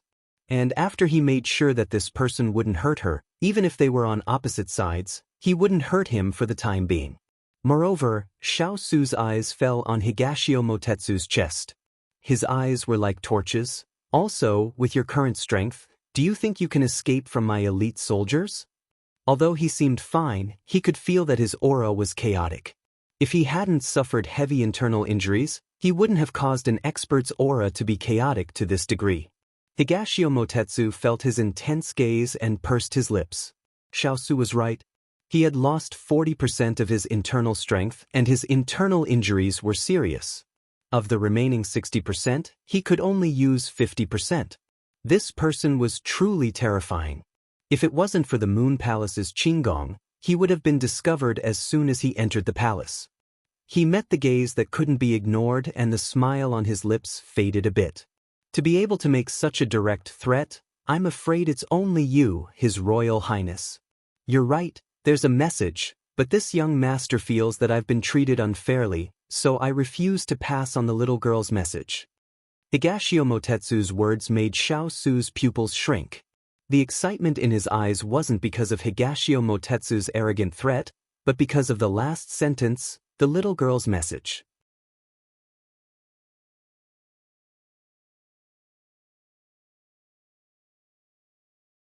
Chapter 1334.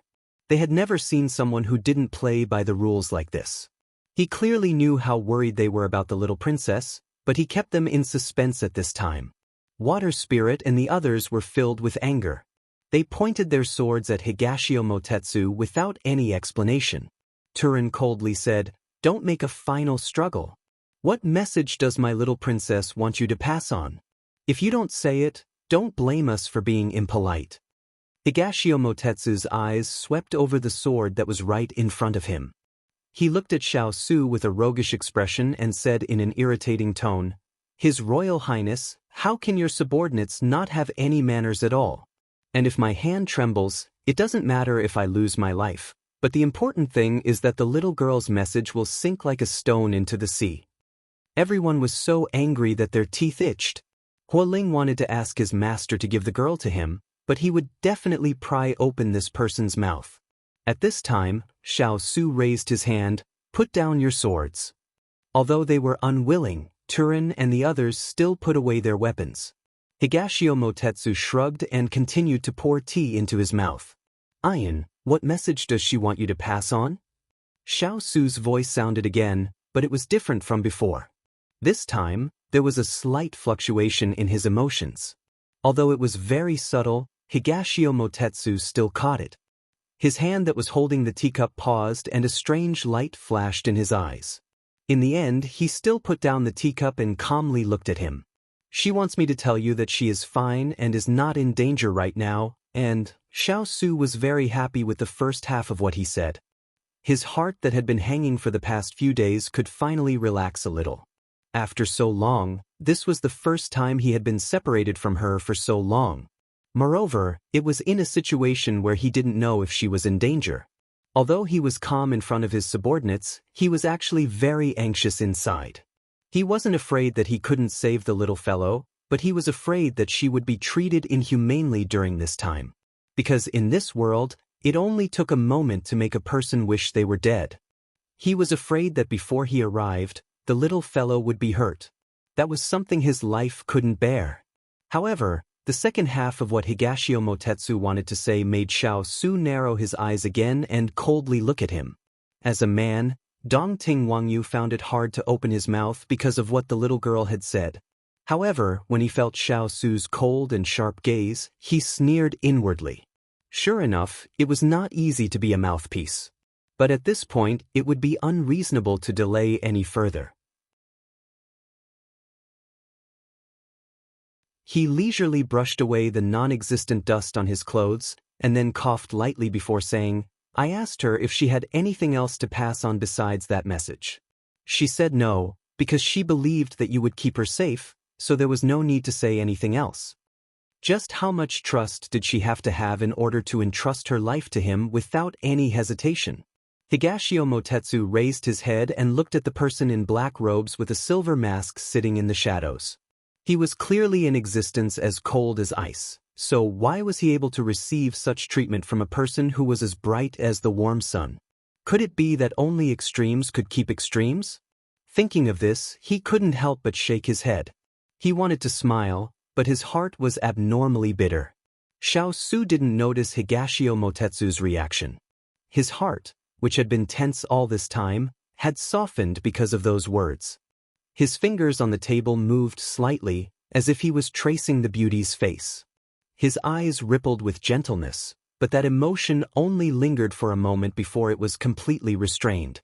Although the little fellow was safe and sound right now, it didn't mean that she wouldn't be threatened because of him. The little fellow hiding her identity on the battlefield was only a bargaining chip that Father Emperor used to blackmail him. The person that Father Emperor truly wanted to deal with was still him, but the little fellow would inevitably be affected. This young master will ask a question. What is the real reason the little girl is under house arrest in the imperial palace? When he finished speaking, Xiao Su remained silent. Higashio Motetsu felt bored and took the initiative to talk. However, as soon as he said this, he clearly felt that the fierce cavalry around him were emitting dense anger. He couldn't help but fan harder. This master and servant were really strange. One was covered in cold air, while the other was covered in fire. If it wasn't for the little girl, he wouldn't be willing to come here to experience the two worlds of ice and fire. The matter of the little princess going on the battlefield was exposed. His Majesty is using this to blackmail Master into canceling the engagement because the fourth prince has taken a fancy to my little princess. Receiving Master's approval, Hualing hatefully said the truth. The last sentence was said through gritted teeth. The hand that was fanning suddenly stopped. Higashio Motetsu was in disbelief. He only learned after the incident of falling into the water that Xiao Ran liked the little girl. He hadn't thought that things would develop to this degree. Even the Sichuan emperor was biased. And Xiao Su, as the legitimate imperial son, was favored to this degree by his father emperor. It really made people sympathize with him. But when he thought of the recent events in Jingdo, he couldn't help but be even more shocked. He feared that the Sichuan emperor's goal was not just this. He couldn't help but be terrified when he thought about it. King of England, you aren't really going to exchange the little girl, are you?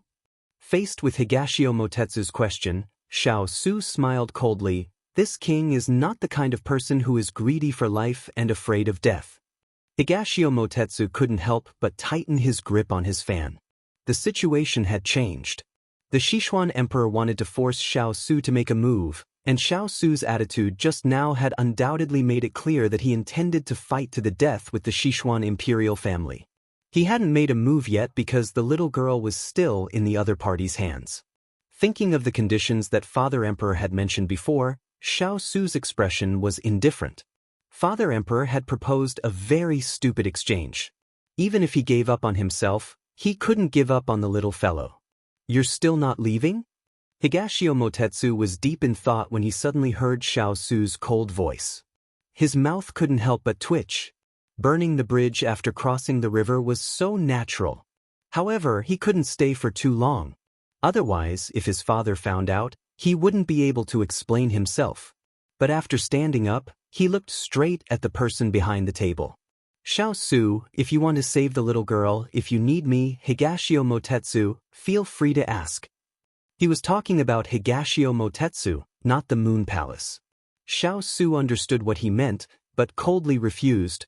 This prince's family matter. There's no need for young Master Dongting to worry about it." Higashio Motetsu's mouth twitched. This person was really unreasonable and possessive.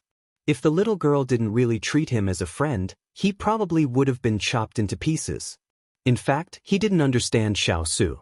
Xiao Su was used to solving his own problems and never borrowed the help of others. Moreover, although Higashio Motetsu was the little girl's best friend, he was also a member of the Moon Palace.